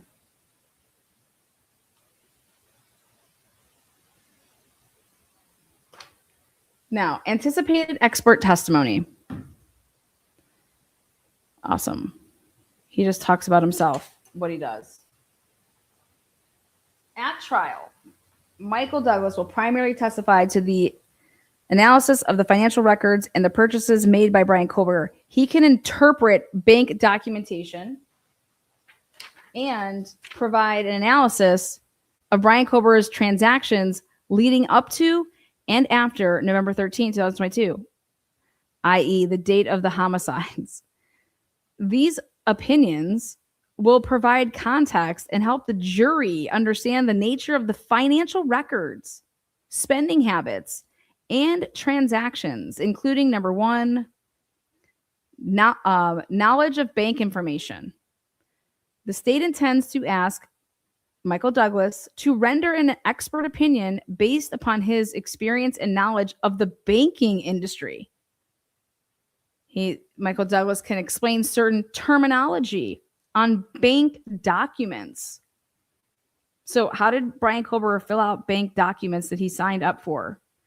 Or describe procedures normally carried out at banks. For example, he can describe the process of opening bank accounts online and the information collected during the application process. He can also discuss ATM withdrawals and the collection of video information received from financial institutions. The fuck? The relevancy of that, okay? Remember now, according to Cy Ray and Tom Slavinsky, is that Brian Kohlberger made zero efforts to do anything to try to conceal after the fact of doing any wrongdoing. Now, the analysis of spending habits, debit card purchases, and ATM withdrawals. The state intends to ask Michael Douglas to provide an expert opinion based on his experience in reviewing financial records as part of an investigation. Michael Douglas can discuss the spending habits, debit card purchases, and ATM withdrawals he observed in the WTB, the Washington Bank, and the other one, which is the Pennsylvania State Credit Union account, both prior to and after the dates of the homicides in Moscow, Idaho. Awesome. So here it is. Now, remember how what we saw for Maury? It wasn't like it would just be period. Right? Period. Because Maury didn't go into like what anything showed. So, but here, A, Michael Douglas will state that Brian Kober's WTB account was open on August 26, 2022, with a deposit of $50. Well, was this in person? Online? I'm just curious where.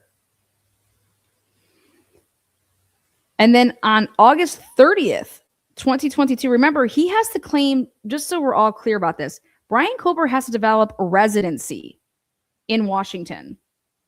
Otherwise, you're going to be paying out-of-state tuition fees. So that's the first thing I want everybody to understand here.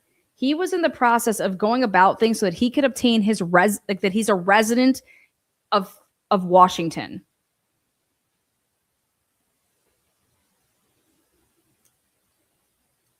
And the conversation that is in the video with the girl that we interviewed here, sweetheart, Peggy.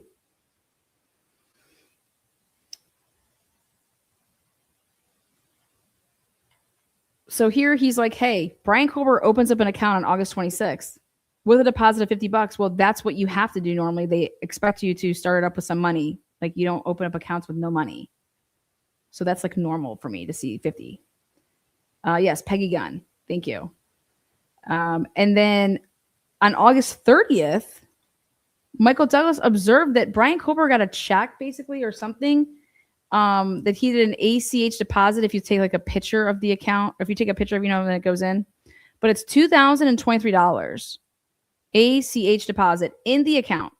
So the account was inactive until November of 2022. Well, again, was this a savings account? Was it a debit account? What was underneath it? Because if I open up a WTB account was opened, was it just a checking account? And then therefore I have a debit card, or was it a checking and a savings account? So I had both, but they were actually linked together. And so like I could move money freely. I could actually go to I could go and purchase something and use like a pin and say, when they ask you, where do you want to pull? Like, is it checking or is it savings? Here, take it from here. The savings for my gas or whatever. I don't know. So let's get this straight, right? What was his account? What did his account look like because all he's rolling with is two bank accounts, his WTB one, and like where was he depositing? He would get paid. Remember, he gets paid.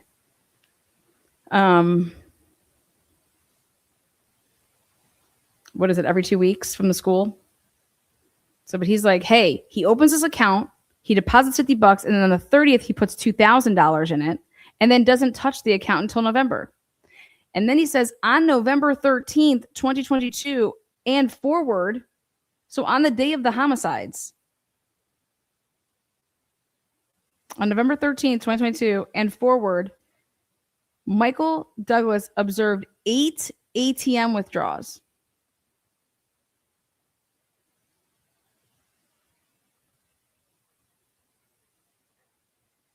8 ATM withdrawals.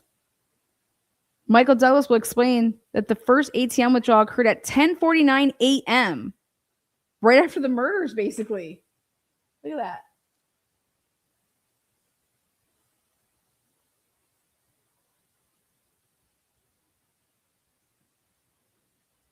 which comports with the date of the homicides in Moscow, Idaho. On the same date, Michael Douglas can discuss the images he reviewed of Brian Kober in a white vehicle conducting this ATM transaction. Michael Douglas will note that the white vehicle in the ATM transaction footage did not have a license plate visible from the front as of November 13th, 2022.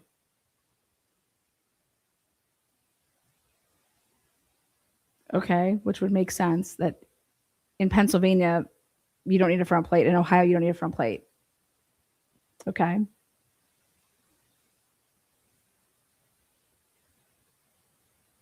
So none of the observations from what do you call it? Going to like, I don't know, Costco and shit. You couldn't tell that. Michael Douglas will discuss another ATM transaction where he observed Brian Kober in the same vehicle, but now with a Washington license plate visible from the front as of November 22nd, 2022. Yeah. He will explain he observed a financial transaction made payable to the Washington Department of Licensing on November 18th. Yeah, we watched the video, and yeah, Brian Kober explains how he was told how to go about this because it was his birthday. He had to do it by a certain date, and if you do it all together, then you're going to be paying that taxes. I mean, remember Peggy Gunn explained all this, and I thought it was really, really interesting because nobody wants to talk about that. And and she was saying like, yeah, no, they told you to do it the right way because otherwise you'd have been paying taxes twice.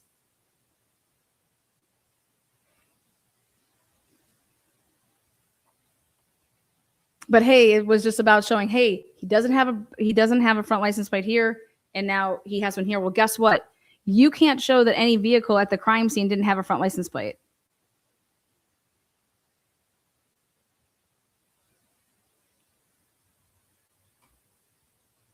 And I don't think that's going to be, nobody's arguing that.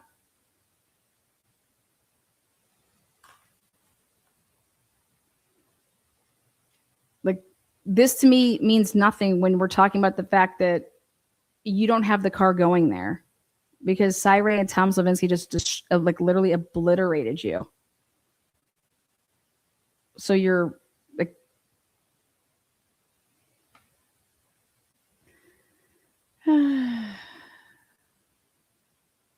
what I think some things are interesting though, and I will say what I think is interesting. Now,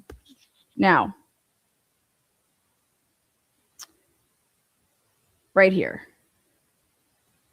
Michael Douglas can discuss his analysis of this PSECU account, stating that he did not observe ATM withdrawals during the dates of January 1st of 2022 through November 30th of 2022.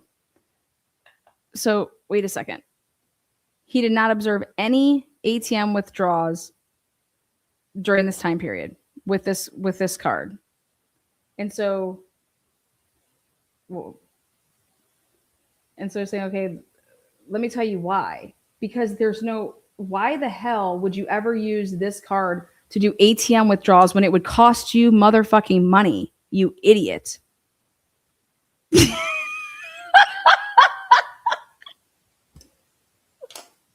You need to do that only at your home institute. Otherwise, it's going to cost you money.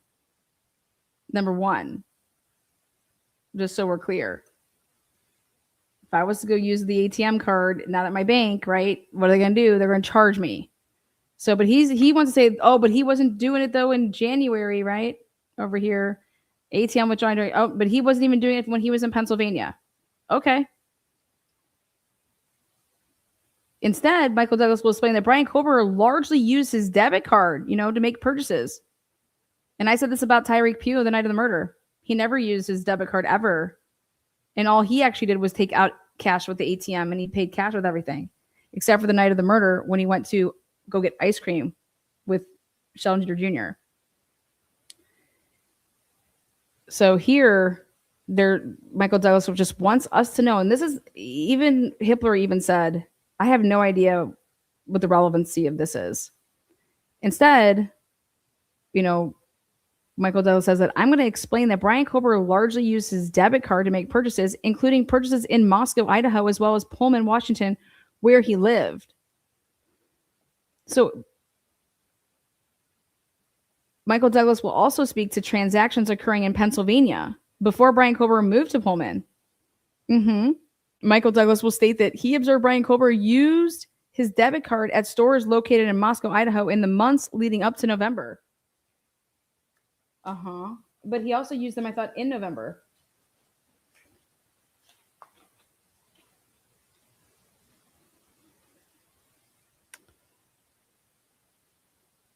Michael Douglas will state that Brian Kober's last known debit card purchases in Moscow, Idaho took place at Target and Marshall's on November 10th.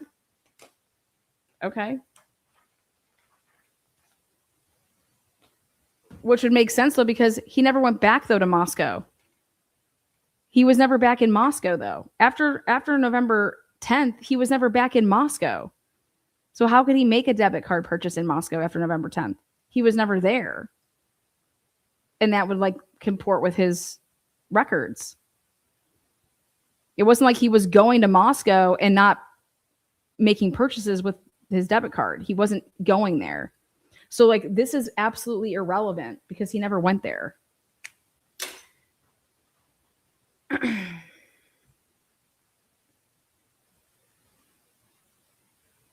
So I would love to ask Michael Douglas, okay, what's your awesome.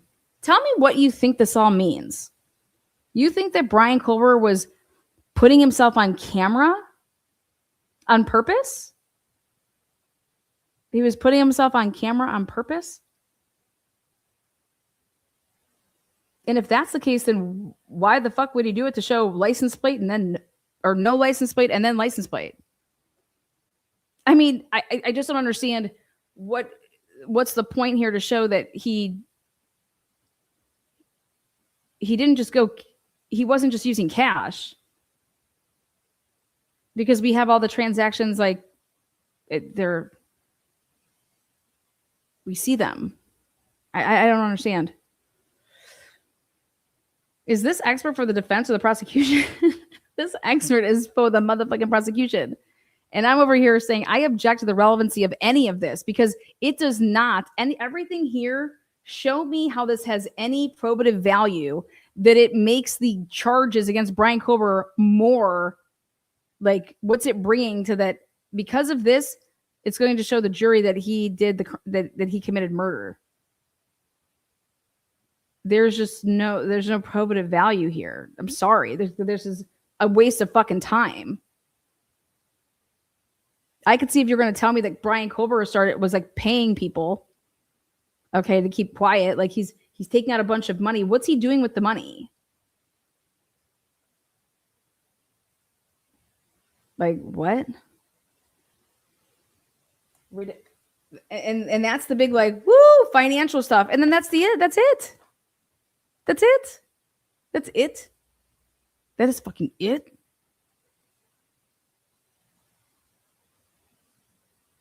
And are you going to say, well, because he was taking the cash to go pay for what? Cleaning? To clean his car out? I mean, I don't know. I just, why in the world would Brian Kober go and put himself on camera?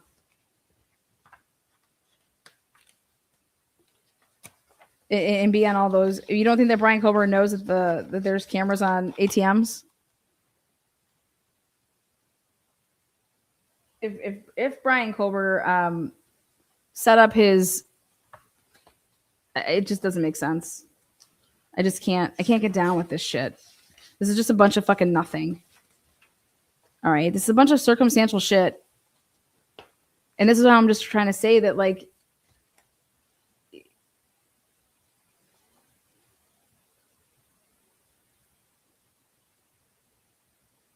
everybody and their mother was searching things back then that were following this case, that knew about this case. And so did he, because there's his mom sent a clip or whatever. And I don't know.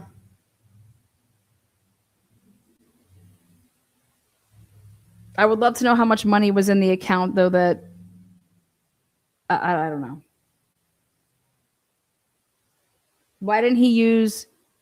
Are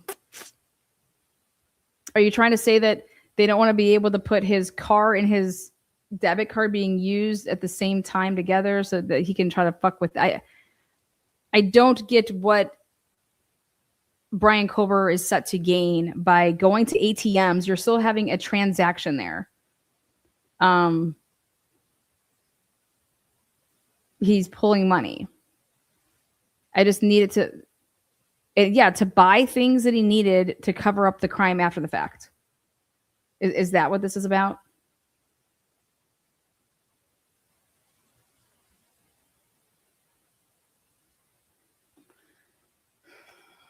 Next, I will end this segment. Oh, I want to show you guys something. Something with good old Bethany, really quick. This defense exhibit. Because you guys are going to join me back here.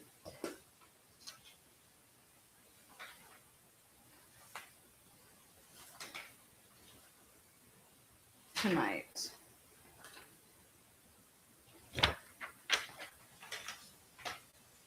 Hold on, maybe it's this one.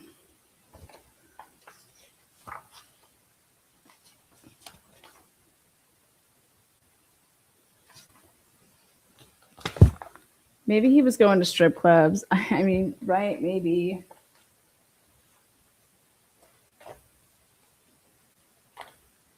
So we're working on, I want to play something about the Malwitch shit really quick. That's what I want to do. Because you guys are going to join me back for the Bethany thing tonight.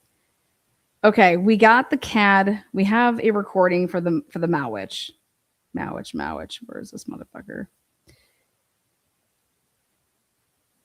Our request was denied, by the way, for us getting records of every fleet vehicle of Moscow Police Department and when they got serviced, like if they were ever getting serviced, because they said that doesn't exist. A record like that doesn't exist. So they didn't deny us because something that we asked for was like privacy or something. And I'll go over that again tonight. I want you guys to listen to. Ready?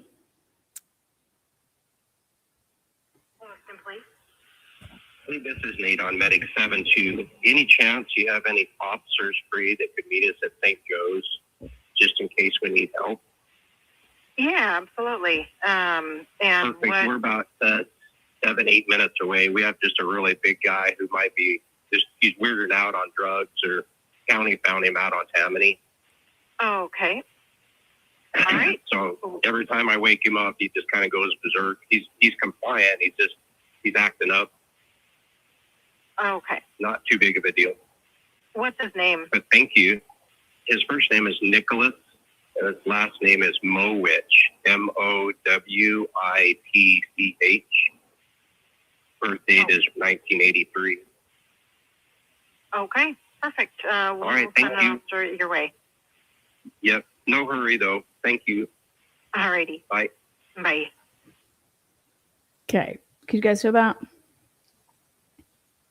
So this is the we're trying to get these body cams. We're so close, I think. All right. This is from the fire. Hold on, let me print this. I'm going to print so you guys can see how this came out to us. This is the CAD. God bless America.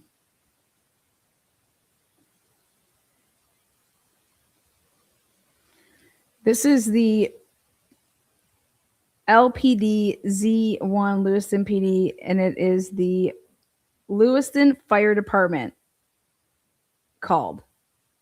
Because, listen, Lewis Fire Department's there. Lewiston's Fire Department is with him. And they are saying this call came at 3:35. 3:34 and 48 seconds to 3:35 and 57 seconds. It's like a minute long. Okay. And so we're adding this to the timeline of everything that plays out. But the big thing that the fire department says is that the county found him. The county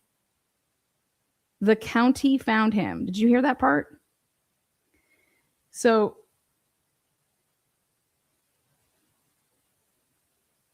again, the fire department,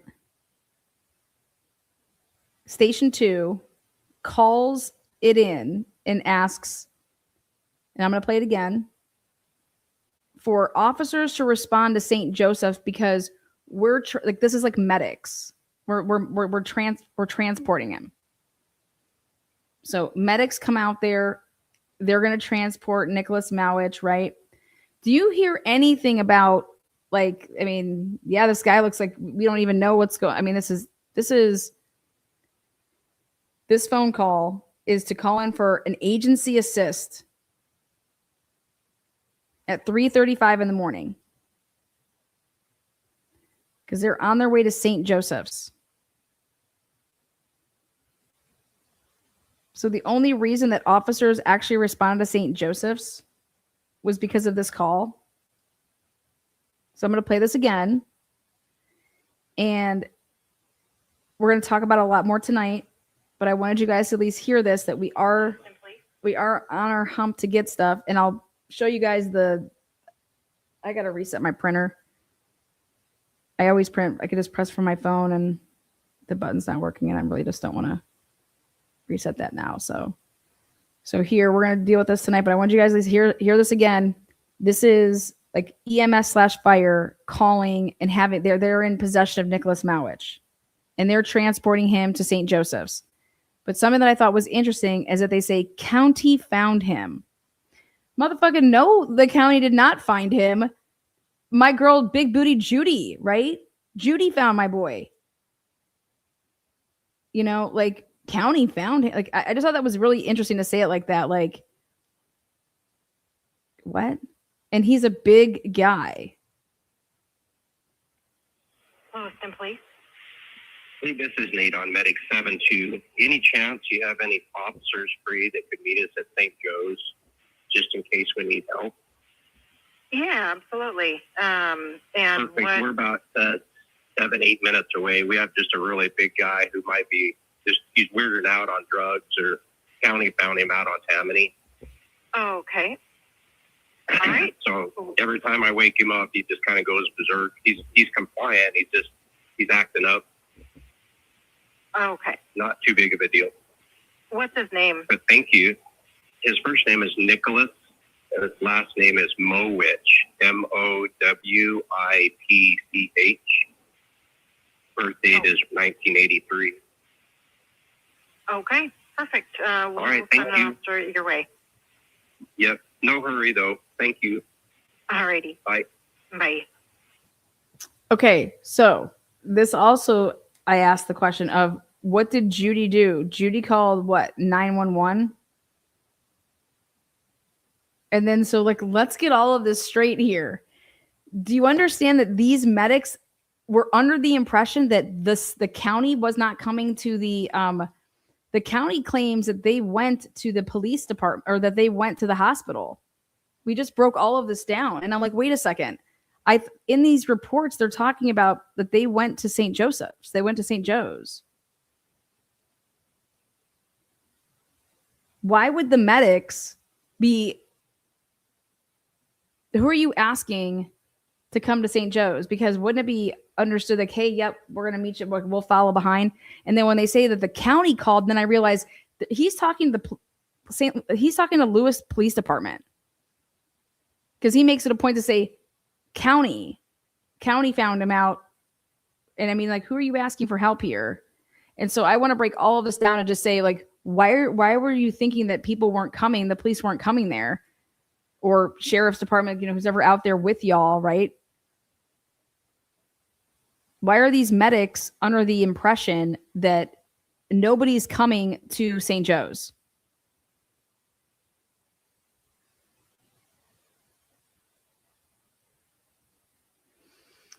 So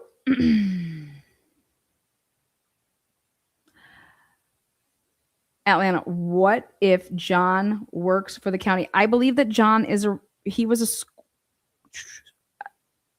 I think I already have his employment down. I'm not going to say it, but I will double check on that. So again, I just thought you guys should hear that, and we're going to talk more about it, but I wouldn't think that I need to be calling I would be thinking that they're behind me, that they're coming. I mean, this guy is just found. I mean, I thought this guy's in bad shape. He's got all these wounds. He doesn't have a shirt on, right? He doesn't have a shirt on. So, I mean, he just says that this guy's like fucked up on drugs. Doesn't talk about like his condition, like about what? Don't you think it's just very bizarre? Like you would have somebody that's this Nick Mawich dies. Literally is dead in 4 days. Pretty crazy. So we're going to get into it more tonight. It's a very interesting. He made a phone call, not a radio call too. That's my understanding, at least. I think he did. He let me see how he called.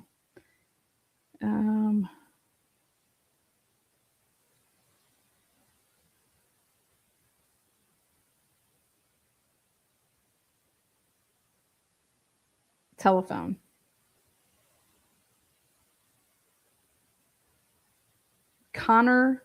Robert Kent, Connor Morbeck, received by Glory Zipolet. Her name is Glory. Excuse me? What? I thought it was Gloria. It's Glory. Incident number 22L17597, nature, agency assist. We need agency assist at St. Joseph's Hospital. Complainant, the Lewiston Fire Department, but we know it's medic, okay? And then it says circumstances, nothing. Detail, AGAS, so probably aggravated something. Then they list the responding officers. Responsible officer. We have LPD 1, which is Con McCullough. We can go over there. It's Paulette, Glory Paulette. I don't know who these people are, but we're going to dig in. What a bunch of weird names. How it was received, telephone. Again, incidents, units. Okay, here we go. Responding officers in sequence. They sent 3 officers. Excuse me? 3:37 and 22 seconds. Assigned. En route. Arrived. 3:42, 3:43, 3:43. Everybody arrived at the same damn time. The 471, the 492, and the 493. And the only person that it was assigned to was the 493. And that would be Con McCullough. So he put his assigned and then en route at 3:37. Then assisting unit 4, which was 492 and 471. And then they didn't do anything to say en route. They just put their arrived on. And then they completed at 404, 404, and 405. But the only person that was assigned was one officer. And the other people just heard it and went there and then just hit their button to say that they arrived on their MDC. It's interesting because the person that was assigned, the 493, arrived a minute later than the 2 people that weren't even assigned. And that hit en route. Interesting. Anyways.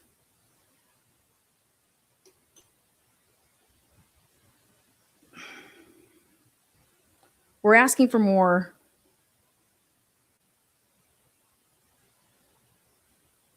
Listen, they have the prosecutor looking at this call, at this FOIA that is out there right now.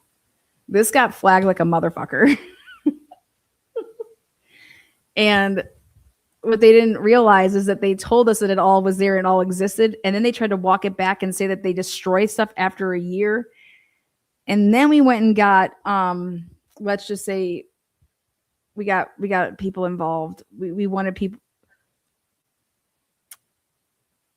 somebody from the channel here took 45 minutes out of their day to let the Native Americans, what was it? One of the organization's leads, blah, blah, blah.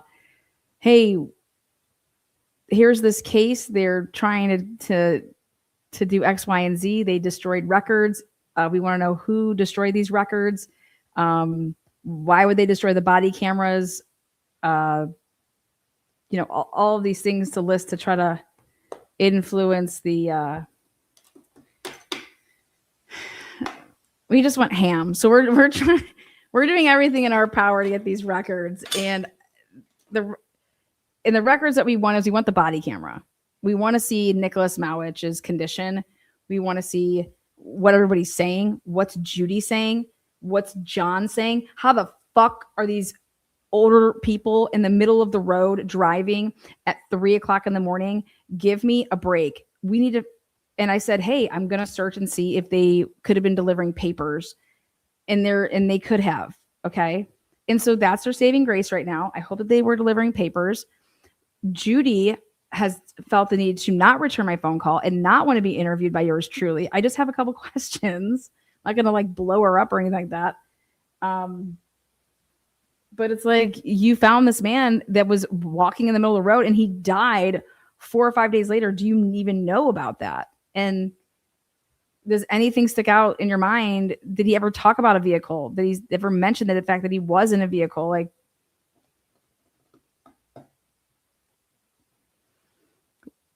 Did you see any clothing? I mean, where is his jacket? They call the Native American shit. It's gonna roll now. Yeah, if I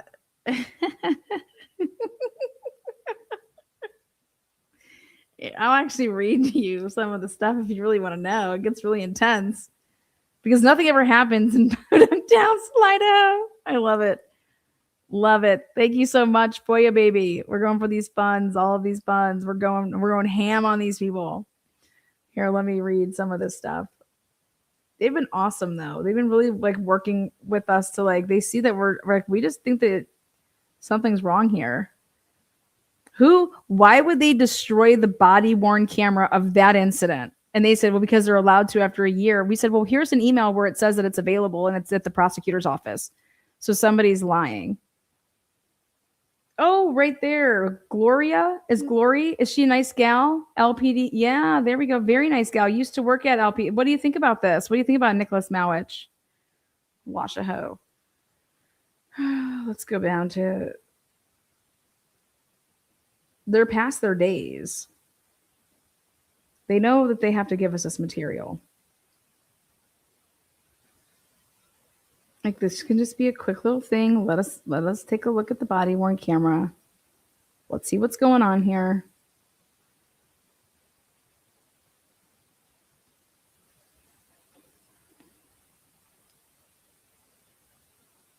Let me read.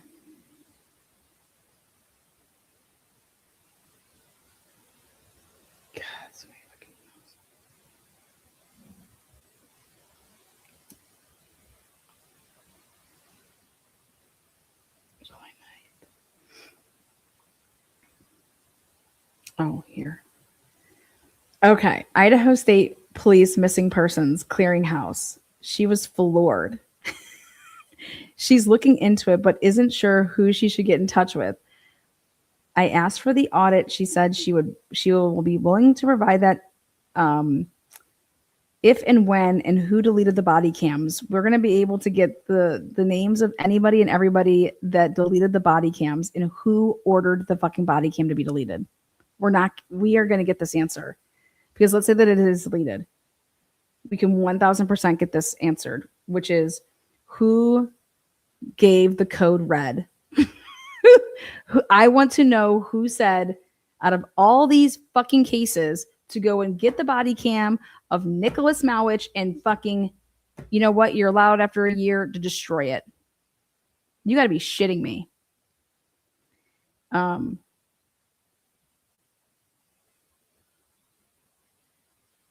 Also, so we want the audit, and she said that she will be able to get that.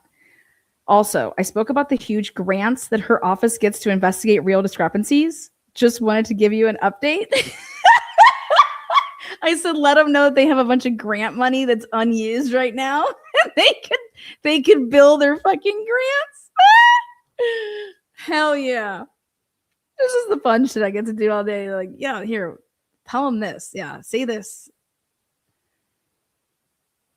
I spoke about the huge grants that her office gets to investigate real discrepancies.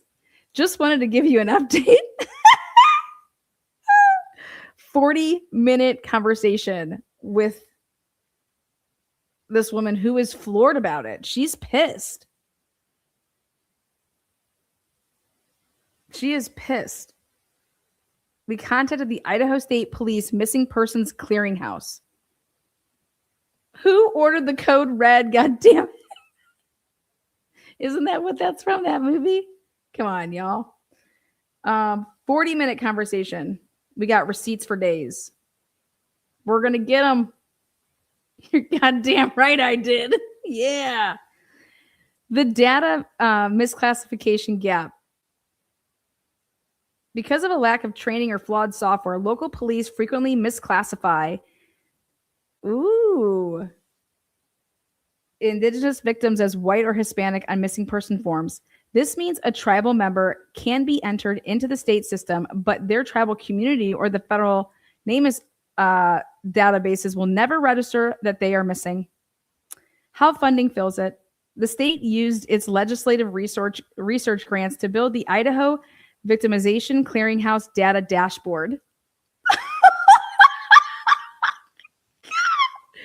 At BSU, this funding audits active police files from past decades to clean up historical race tracking errors while implementing standardized data entry mandates for current police dispatchers. Woo! Specific criminal research allocations. $30,000 state allocation. The Idaho legislature explicitly marked and released 30 Gs to fund the targeted Boise State University MMIP research project. This specific funding went toward analyzing regional homicide, violent death data, and deep dive quantitative tracking to expose systematic criminal justice gaps. Crime victim assistance and prevention funds. The crimes tightly linked to MMIP cases, specifically domestic violence and sexual assault, received massive audited financial backing during this exact period. $3.6 million core advocacy budget. The Idaho Coalition Against Sexual Assault and Domestic Violence operated on a $3.6 million in total revenue originally secured during the late 2022 cycle to fund their 2023 calendar activities. This revenue directly targeted the prevention of gender-based violence and funded multi-day Indigenous safety intensivities. There you go. Use the money that's there. We don't need to pay for shit because this is what it's there for.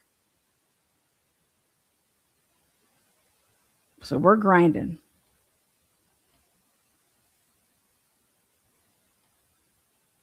So until the next one, guys, we are on it.